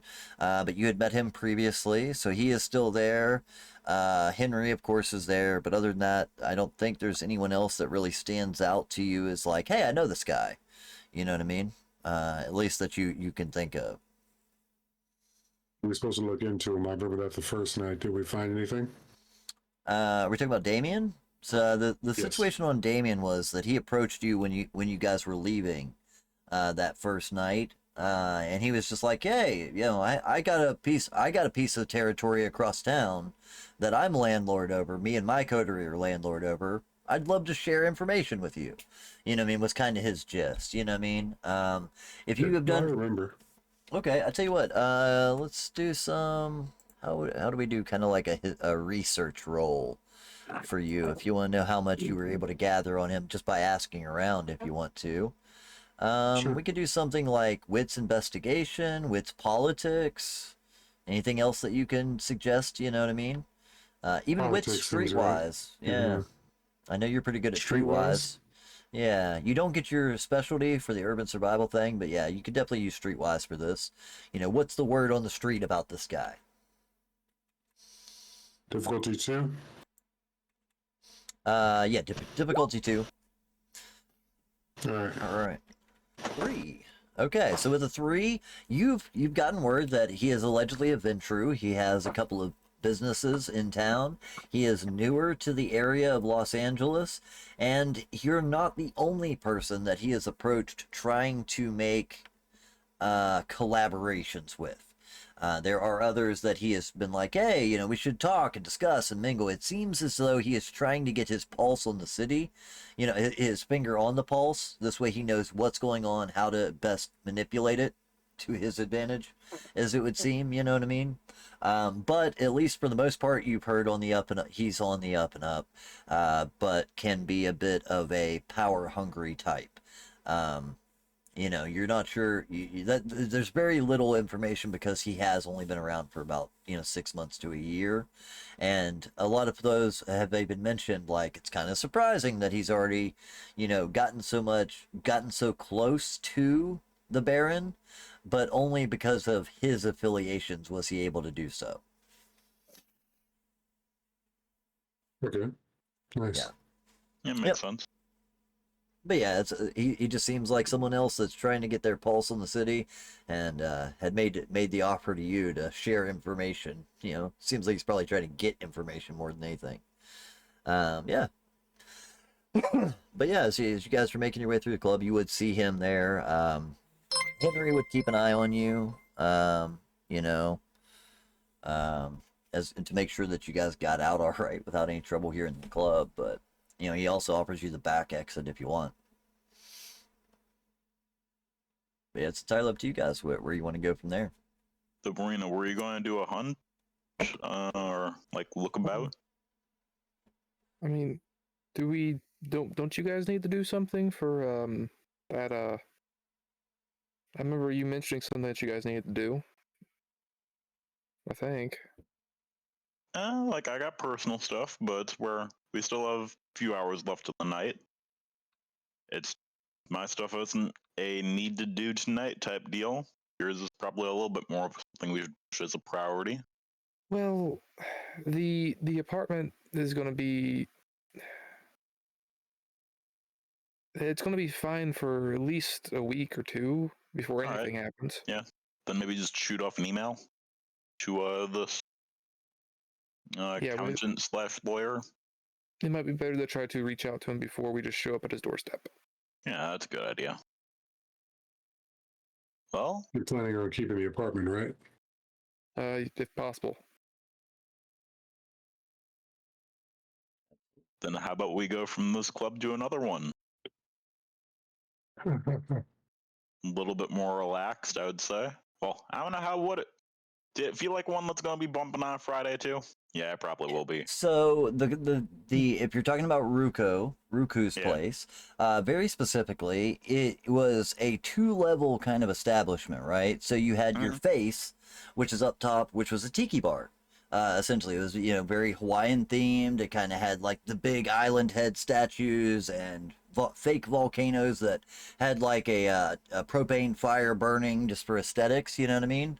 And it was mostly an outdoor setting, right? Okay. Outdoor seating, open air, lots of sitting on the deck type feel.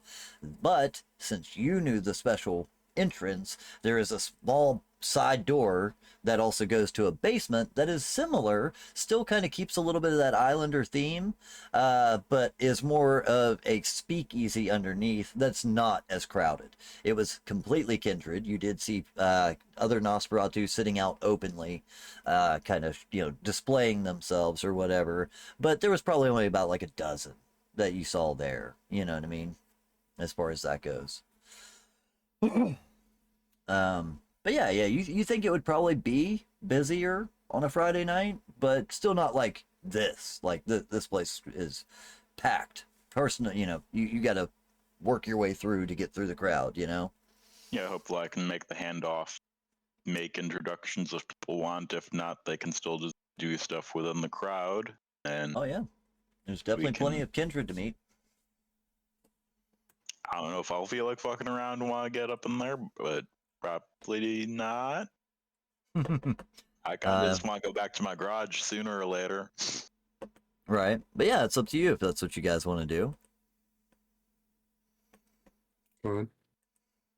So you guys Yeah, are gonna if head we've got nothing better. So head, off to head to go turn in your debts to Ruku, hey?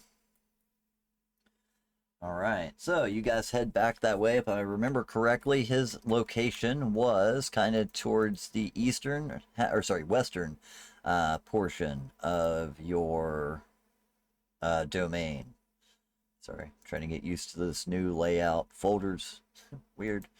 or How like I long think did it that? touches like from our domain to Santa Monica. Monica, essentially Exactly. is where it's Yeah. kind of located in. That little tiny gray zone that isn't ours, but is still kind of ours, but Right. Like whatever. let me actually see here. So your area is very specifically like right here, and he is like right here. You know what I mean? So right on the edge of Santa Monica and West LA. If anyone was to have to try and guess where his domain lay exactly, might be a little bit hard to pin it down.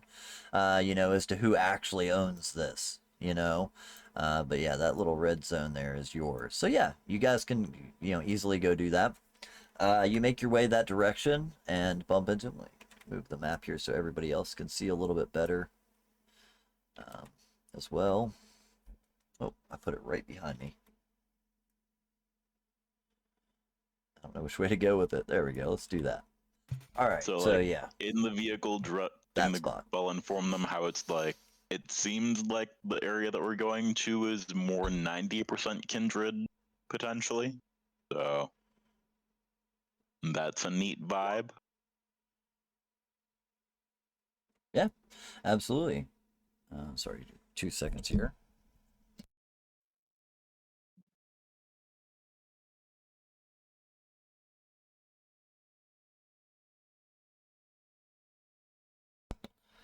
Sorry, I just had to get my phone to stop talking to me. Anyhow, yeah, you make your way there, you pile in the car, you let everybody kind of get a heads up as to what they're going to be getting into. And as the rest of you arrive in the parking lot, you do see that there is a slightly busy place. There's probably 4 dozen people here at most, 30, 40 people up top, mingling, sitting around the bar, and you can hear very specifically one couple that is currently in the middle of a duet as they are singing into a microphone, and directly behind them you would see a projector with scrolling words. It's karaoke night at the tiki bar. You know what I mean? But as you guys are making your way out of the car, Bart would lead you to a side door that's kind of around the side and back. That is a little bit less noticeable as like a public entrance, and opens the door. Like you knock, tap tap tap tap tap tap tap, and a person opens the door for you. Sweet. Making my way down. I guess I'm feeling socially pressured to take helmet off and have that experience. I don't wanna. I don't wanna. I'm sorry. It's I.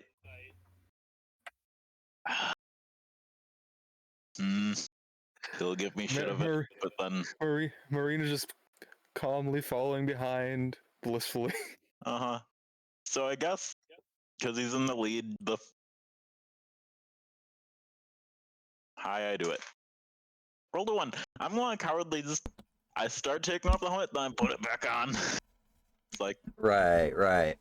Yeah, making your way down the stairs, guys, you guys see that this is also set up similar to a tiki bar, but this is a lot more like a mix between a tiki bar and almost like Izzy's office, whereas a little bit more of like that speakeasy sort of thing, almost like a jazz club mixed with tiki bar. It's a very weird aesthetic, you know what I mean? But there's lounge chairs everywhere, very relaxed, comfortable seating. You see people sitting around, you know, in these comfortable chairs, smoking, drinking. You definitely notice the smell of blood as soon as you walk in this room.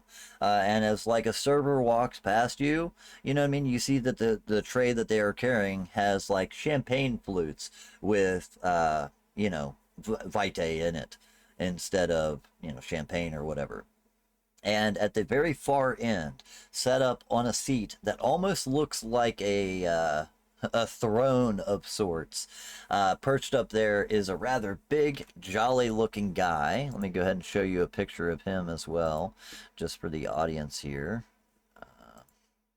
Big smile on his face. He seems to be laughing and kind of, let's see if I can, I think there's a way I can make that any bigger. But yeah, there we go. That's what he looks like. But yeah, big dude, laughing, smiling, and kind of telling jokes to the several people around him that are all sitting around and having a couple of laughs.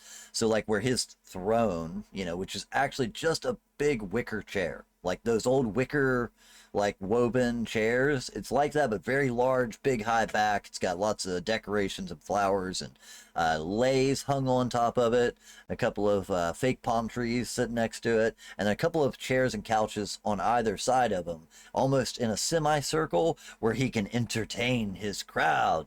And he's just in the middle of telling a joke that gets a roaring laugh from all those around as you guys are making your way through the room. And you would take it on principle or on suspicion or suspection. You would guess this is probably the guy that you're here to see based on the description that you've been given. It's probably right around the time that he finishes up his joke that he sees you and your coterie walking through.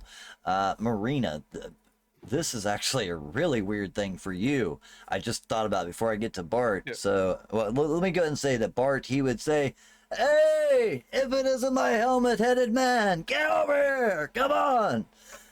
You know, and he kind of points at you. Yeah, hey, bring your peoples.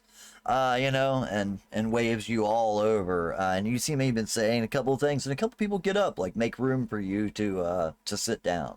But Marina, as you're making your way in, like this immediately hits you as unfucking usual. So this is the first time that you're seeing a handful of things. One, there are people that are in here, you know, that are dressed very, you know, some people are dressed like it's the 1920s. Some people are dressed like it's the 1620s. Some people are dressed like it's 20 minutes ago. You know what I mean? Very modern fashion or whatever. There's a variety of different fashions, arrays, people from all over the world. But the biggest thing that stands out to you is as one person walks past your group, he says, "Hey, cuz," slaps Bart kind of on the shoulder and walks by. You would see big, huge, grotesque bat ears and a bat-like nose right on the center of their face that seems sunken in with dark black, coal black eyes that seem to, you know, fill up a large portion of their face. You then begin looking around and you see others that are some that are very, you know, normal, others that are very corpse-like in a lot of ways. But yeah, there's a variety of different things that you see going on in here. She kind of like tries to hold herself together.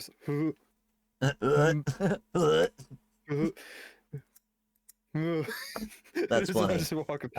And he kind of gives you a look like, "What are you looking at? You ain't so much to look at yourself, Toots. And keeps on going, you know? But, Breath.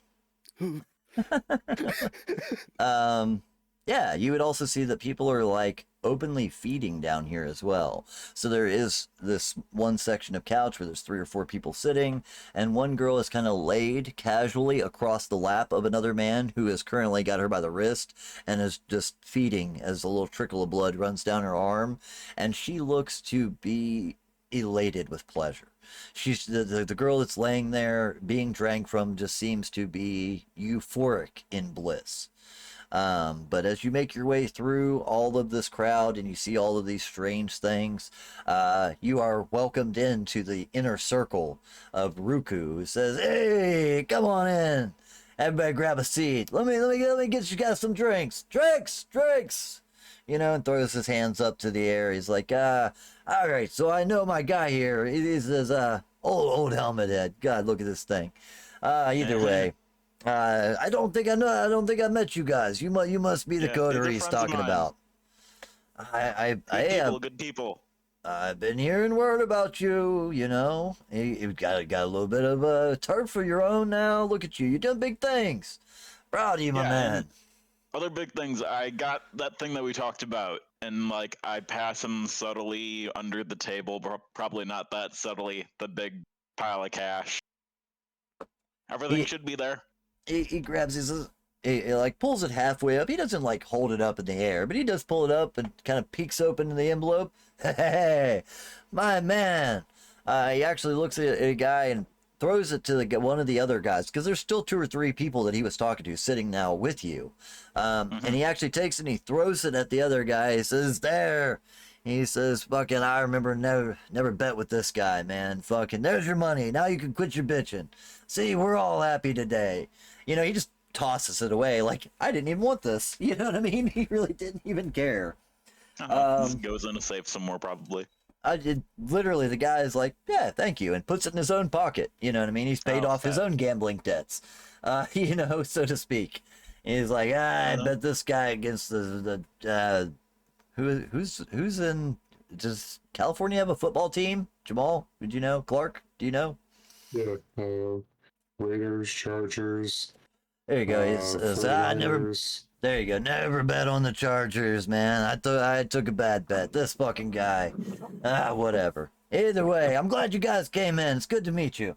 He says, consider it taken care of, buddy. Don't worry about it. You know, we'll deal with the rest when you need to.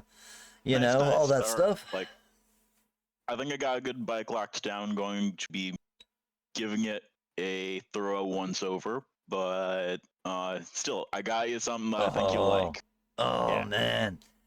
He looks at the other guy and says, "Now this guy here, he knows his bikes. The guy's been working. I see the bike he is riding. It's nice. I told him to give me something good. You know, you guys are, when you look like this, you're gotta have something that shows how powerful and cool you are."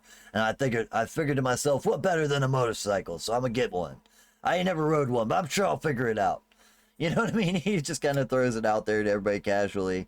He's like, "But boy, you guys showed up on the best night, man." He says, "I'm glad that you came in." He says, "There's something special going on this evening. Little bit of fun that old Ruko's put together. I'm glad that you guys got to join." Shit. He says, what's that? Shit, actually, right here we go. And you would see that there's another door yet again that opens up kind of beside the bar. And as it opens up, you see a man come out, and he is dressed like a full island Pacific Islander. Like, he's got on like the grass skirt thing. He's got on all the tribal stuff, you know. It looks, you know, like a Hawaiian, what are those guys that do the dance? You know what I'm saying? Whatever it is. Fire dancing. Right, but it's something like that. But he's dressed like that. And he looks completely miserable that he's dressed this way, because it's like an average white dude that's dressed this way, not a Pacific Islander. He's just got him dressed this way, and he comes out and he says, "Allow the trials to commence. Booga booga." You know what I mean? Like, he just says it really plainly, and everybody, you know, gets up, and you see people start making their way towards the store. He says, "Oh, guys, you don't want to miss this. This is I came up with an idea. Come check this out." And do you guys get up and follow along with him? Uh, Oh, Yeah. I gotta see that. I gotta see I this. gotta see this. Snowcone's like pushing their way to the front row. Like, I gotta see this. Nice. If you guys all follow in tow, you lead as part of the entourage that is walking with Ruku himself, and you make your way down yet another set of stairs to a sub basement that you didn't know about. And as you make your way down, there is already people filing in along the walls. It's a very small area. It's just one large open room with a sunken floor in the center, and people begin piling their way all around the outside. And in the middle of it, you see this guy in the big Islander, outfit walk to the center, and he says, "Welcome, everyone, to the first annual," he says, Ruku, I'm trying to think of a clever name off the top of my head. Rumble? Ruku's Rumble. Exactly, there you go. And he kind of, starts playing hype man as you see a very large man, just giant, kind of bulky guy, lots of muscles, kind of rippling chest, all that stuff, step down into the ring with fist wraps on his hands. And on the other side, a medium-sized Nosferatu. This one looks more like a corpse. Instead of the big bat-like ears, his face is half rotted and striated. There's black veins running through. He's very grayed and things. And he steps down into the ring with them. And at that point is when you would hear him say, "Let the battle commence! Fight!" And these two just crash into each other like two buses at full speed, slamming into each other. And you hear a crowd start to roar. He has started his own little underground fighting ring. It's Fight Club. He says, hey, guess what rule number 1 is? He says, "Come on, guys, grab a seat with me." And he points over. Rumble Club? That's it. You got it. He's seen the movie. Guys. But yeah, he does lead you to a little area that seems to have a couple of, another slightly raised circle of couches where he has yet another wicker chair. It's always a wicker chair for him. Set up, and this arena more or less down below you, and you get to sit with Ruku and watch these fights. He says, "I tell you what, man," he says, "you want to talk about some money? You have no idea how much money's in fighting." He says, "I didn't know, but I talked to a guy, I made a couple of friends, I invited a couple of guys that like to hurt things, and next thing you know, we got the coolest underground fight club in the city. Check it out. Oh, Ruku's coming up, eh? Oh, yeah. He says, if any of you ever want to fight, you let me know. There's good money in it." Good thing to consider. Yeah, but he says, Well, we actually by got this... a bit of money. That Can we too. place a bet? Oh, I like where this is going. I like this guy. He kind of throws a hand up and he points, and a guy comes over. The person that comes over is actually the girl that comes over is dressed like a ring girl. You know what I mean? Bikini, kind of scantily clad, almost. It's bikini plus, right? So like bikini plus a couple of throwover shawl, like items and things, almost like, what are those? What I'm talking about? The little wrap. It looks like she's at the beach. She's got the little wrap on her side, and she is currently holding a bucket. And she says, "Someone here wanting to place a bet?" Sure. Yeah. I just take some of the money that I had on my pocket, which wouldn't have been all my money, but I don't know how to do this. Is it a dot? Sarong, thank you. Fraction of a dot. I could not remember what those things were called. Sarong, you're right. Yeah, so it would tell you what, if you want to, we can throw it in there, and essentially she just asks you, which side do you pick? The big hulking guy or the medium-sized Nosferatu, as far as that goes.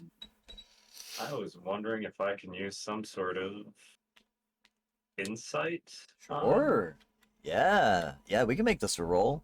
Let's go ahead and take a look at your characters. Who seems like they have good fightiness? Let me take a look at your Who's character got sheet that here. spark? Yeah, right. So you got wits. You know what I mean? That wits or intelligence. I think either way that works. Let's see. Subterfuge, persuasion. Those do real great. I Yeah, you're really not great at this, but you can just use wits and awareness. I'm pretty good at wits, Yeah, so yeah. Let's say your anything with wits and wits awareness. would be- Wits and awareness would give you 6 dice on this, so I think that's probably the best to go with for you. But yeah, just make a wits and awareness. See if you can try to gauge which one has the best prowess, because they're already fighting. You know what I mean? So you can kind of see a little bit of a display of their prowess. Get a bet while the fight's already going. Yeah, as long as it's not over. Okay. The odds might change. The odds may change, but yeah. All right, so let's take a look here. So 2 successes. With unless you want to spend willpower, I'll let you decide first. I'm gonna say no. I Okay. guess I'll just place blind. You know, I'll Hey, flip a coin.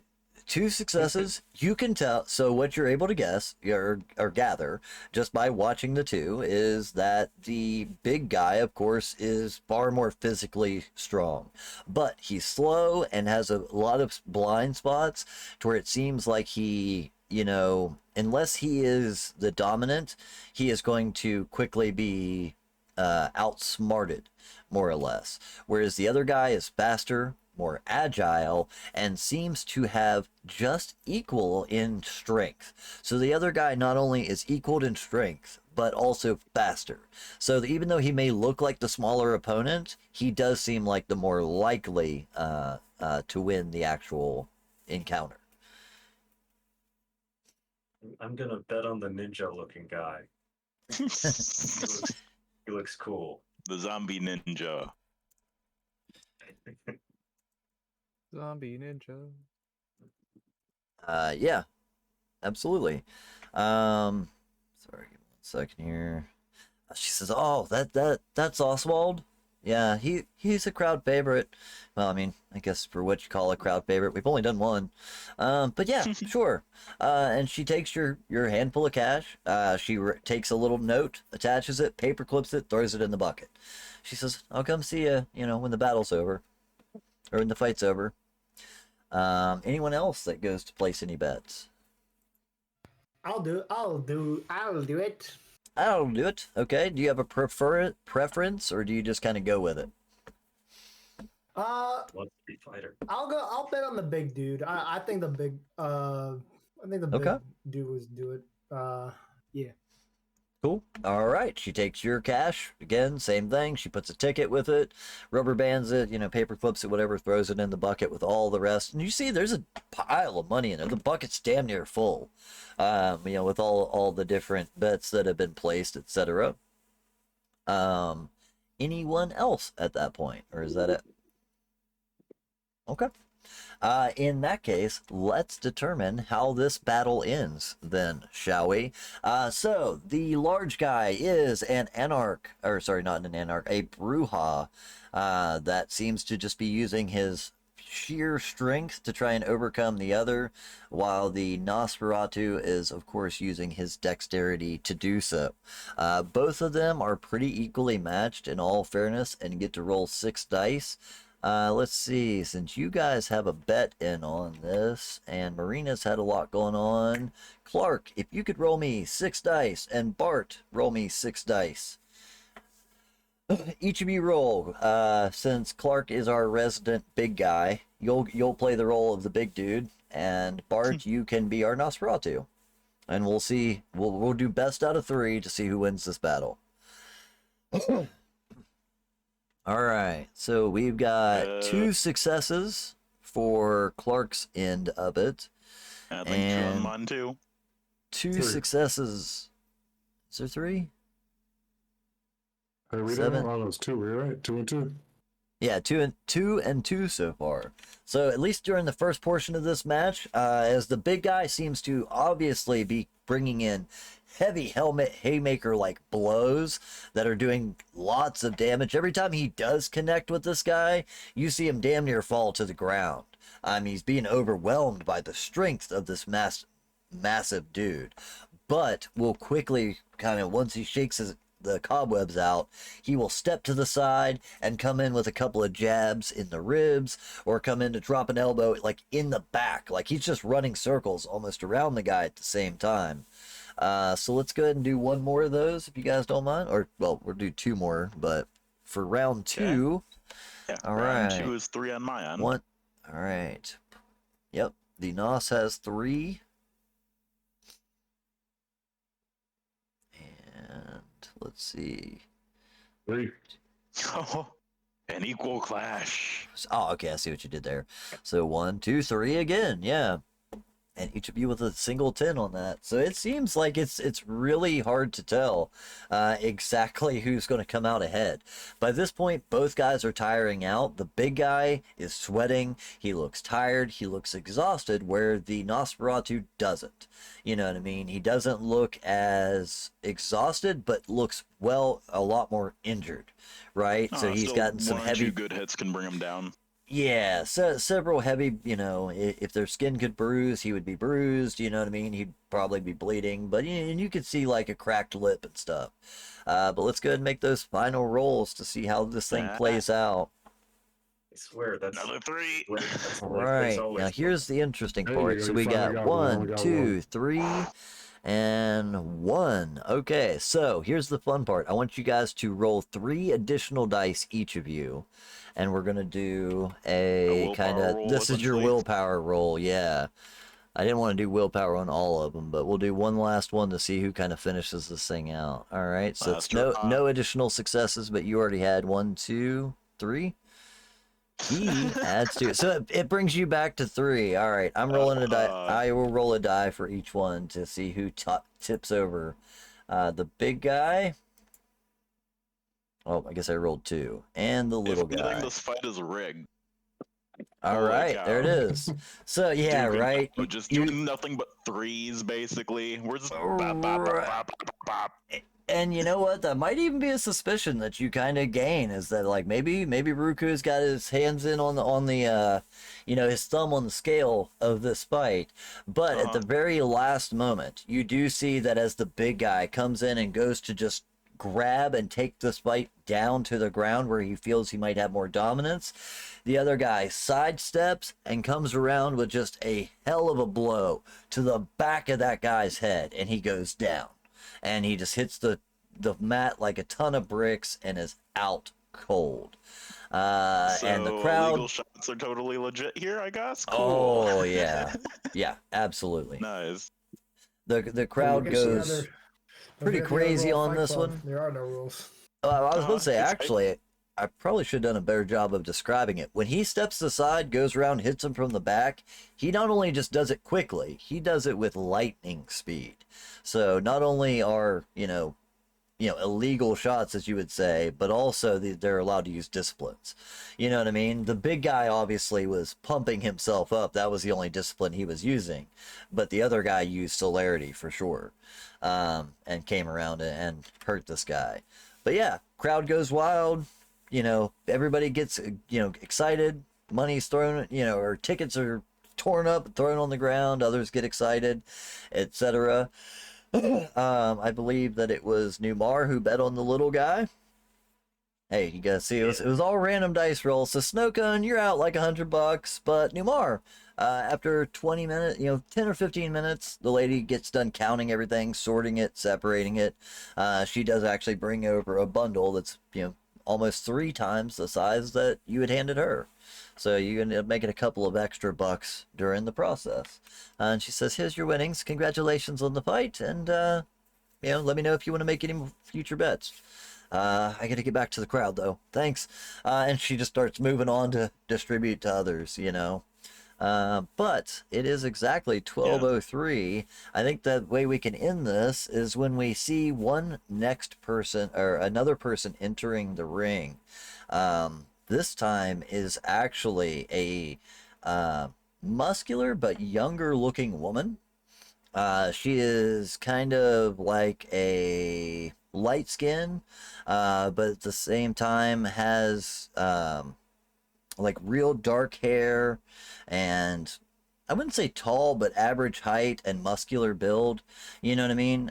She steps into the ring, and as she does, you see her kind of licking her fingertips and running a finger down her tongue, and as she does, it cuts, and as you look, she has claws on her hands. And she kind of shakes her head like a dog would shake off the rain, and when she does, you actually see, you know, it's not just a human shake, it looks like a dog, you know what I mean, kind of shaking off the rain, you know what I mean, and she throws her hands out, says, you would hear the big Islander guy go, you know, announce it and say, Mrs. Katerina on this side. Who do we got that wants to challenge her? Anyone? And that's where we'll close it out, because Ruku begins looking at all of you guys. Eh? And we'll leave it there. You guys can decide next week if you want to fight some girl or not. But it's a good place for us to close up for the night since we're right at 12 o'clock. That would be so cool. Yeah, you guys can jump in the ring. You do some kindred fights if you want, or Gangrels are otherwise scary, just though. yeah, gangrels can be real scary, right? That's exactly it. Yeah, I think it's a good place to end the story for the night. I noticed that we had 2 episodes with no violence, so I'll throw in some violence at the end. You know what I mean? Give you guys the opportunity to start a fight if you want to next week. Not that you guys won't run into plenty enough of them on your own, but it does seem like a good place to bring it to a close, though. Yeah. Any last minute things you guys want to do before we close out? Are you guys good? All right. Outros. Good. Peace out. Oh yeah. Cool. So yeah, let's move on to our outros. Again, thank all of you guys for watching the stream. Thank you all for, you know, that support the stream. Like I said, we can't keep these games running if it's not for you guys. So those of you that, you know, follow, support, donate, tip, subscribe, all those things, like, you are literally making it possible for us to continue doing this. Without that, there's no way that we could keep this going. So I really appreciate you guys, and if you haven't done so already, consider throwing a subscription our way. Consider going to the Ko-Fi shop or any of the other options, and, you know, placing a small tip. Those go a long way, you know, whether it's $1 or $100, it all goes into the pile and helps keep the lights on and all that stuff. But let me go ahead and get through the outros so we can get that done. Let's see, Jamal, if you have any final words or any last thoughts that you want to throw out there. Good game, nothing to plug. Looking forward to next week. Cool, man. Sounds good. Yeah, I'm looking forward to next week as well, because I've got a few ideas. I knew this was going to be a slower episode because we had the marina situation to deal with, but I've got some big stuff planned for next week, so it'll be fun. All right, well, Bart, how about yourself there, man? Yeah, nothing much on my end, but have a happy Halloween, folk. Hey, Safe yeah, out that's there. true. Yeah, I forgot all about Halloween coming up. That won't interrupt our game next week, so I think we should be good there. I There'll just still started be some thinking about spooky it. stuff for the next session, yeah. Like, Yeah, think yeah, of that was, something horror themed to add in addition to the already horror themed game rerun. that was my thought Or exactly. Yeah, right. You got to kind of do a little bit of a Halloween theme. It'll be after Halloween when we get back to our next game, but I think we could still do something a little spooky, maybe. Close Yeah, enough. that's cool, man. All right, well, let me go ahead and go to the other side because I know these guys each have something to plug here. We'll start at the top and work our way down. Jackal, if you want to go ahead and do your thing. Howdy there. I'm the Jackal. I usually stream over on either here on Kick. I've been over to YouTube Here. and just been doing a bunch of different things at this point. But Do explore. Twitch, Yep. Kick, and YouTube, all three Yep. of them.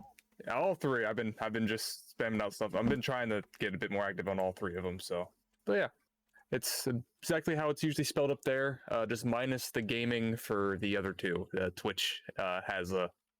I couldn't get my normal name on Twitch, so. go.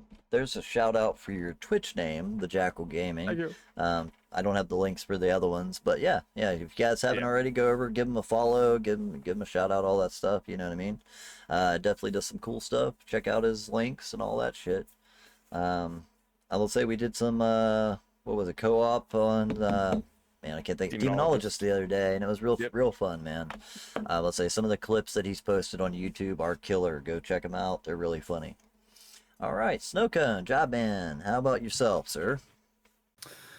For me, I'm just looking for any kind of work. I'm a graphic designer full time, and I'm gonna be moving out of state for a little while looking for work. So I need some stuff to keep me on my feet as well. So if you want to throw some money my way and help me keep doing what I love, then you can find me on Fiverr, support me there, or matter of fact, you can DM me on Discord and we can set up some kind of contract there because hey, I'm open to anything so long as I get to do what I love and just make something cool for you guys. That's exactly it. Doesn't matter where the commission comes from, as long as you're getting those commissions, you get to do the work, and that's the important part.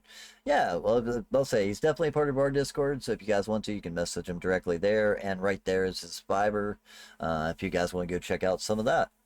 Awesome, man. Yeah, help support fellow content creators or creators in general, man. It's all the same. I think the best thing about the world that we live in nowadays is that people don't have to do the basic 9 to 5 to still be doing good work. You know what I mean? Like there's lots of things needed out there, and these we can all kind of work for ourselves nowadays, be our own guides and bosses, and it's kind of cool. So I love seeing people that are doing content or Fivers or commissions and things like that. It's fucking amazing to see the world that we live in nowadays. Here we go. Sound like an old man. I'll quit. Numar! If you want to do your thing there, numerousness, I'll give you a shout out as well. Yeah. Great game, everybody. I'm Numerousness. You can catch me Thursdays and Saturdays playing weird games. Is my little side hustle there. Yeah, definitely, right? Let's say you did what was that game you were doing? Ghost Master? Is that what it was? Last week? It was cool, man. I actually really liked that one. Yeah, I like old games every now and then. I do tend to like the strategy stuff or the real-time strategy stuff where there's a bit of action and thinking involved. Right? But, yeah. Absolutely. Thank you, Jive Man. You were the shit. Thank you. I definitely always forget about that. Thank you. I appreciate it. We're definitely gonna do a raid tonight. Cop, you still out there? Anybody, if anybody wants to come up with a raid line for the chat, that'd be really cool while I'm finishing this out. Just raiding from tabletop down, welcome type thing, and we'll find somebody to raid. Numerous, do you know anybody that's on right now? Is Let's see, Coffee Cat on? Is Coffee Cat on? Let's get them. Yeah. And it's just Coffee Cat Presents, right? Yep. Yeah. Okay, awesome. COFFE. Yeah, we'll get to that here in just 1 second. But yeah, I just want to go ahead and say thank you. Tabletop Takeover, exactly, that works. But yeah, I just want to thank you guys all again for coming in. Like I said, if you haven't already, check out, these guys' content. They each do their own content or creations, commissions, things like that. And like I said, it's the world that we live in nowadays. We're all working really hard to try and be our own entrepreneurs, But in order for that to work, we do need, the support of our customer or our fan or our viewer, or whatever it may be, depending on what type of creation you're doing. You know what I mean? So I super appreciate all of you that get involved and stand behind our guys and support them in helping us do what we want to do and our passions and all of those things. And, standing behind this stream makes it possible for us to keep being here every Wednesday, Friday, etc. If it wasn't for you guys, we couldn't do this. So from the bottom of my heart, at very least, I thank you so much for everything that you do. Because this is what I want. I want to be able to keep helping spread the hobby and bring new people into it and provide all kinds of entertainment for you guys. So for you to support, you really make it possible for me to do that. But yeah, I want to go ahead and say thank you to everybody, and we'll go ahead and close it down here. We are going to raid over to Coffee Cat Presents. So if you guys saw a couple weeks back, excuse me, we had met up with a couple of their players and things. Copycat had sent us a few raids. They do also Vampire the Masquerade content, very good stuff. So I want to go ahead and kind of return the favor, show the love to them. So if you guys don't mind, stick around for a little while, leave a window open, at very least, even if you have stuff to go do. This way you can help support and boost their numbers a little bit and help kind of return the favor. But yeah, we'll head over there. They actually have a really good game though, so you should check it. Hang around and check it out. I just know how raids go, so even if you have to leave, I know you just watched our stream. Leave a window open. It goes a long way to help support people that are growing on Twitch. But yeah, hang tight. I'm going to go ahead and throw it to my ending soon screen, and I will hit the raid at the exact moment. But yeah, we'll go ahead and raid over to them and all that. But otherwise, we'll see you guys next week. Again, we have our D&D game on Friday, so make sure to check that out.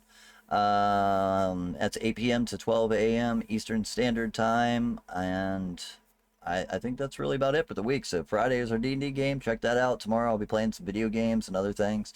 So make sure to come back, and we'll catch you guys on the next one. See y'all next Wednesday. Hang tight.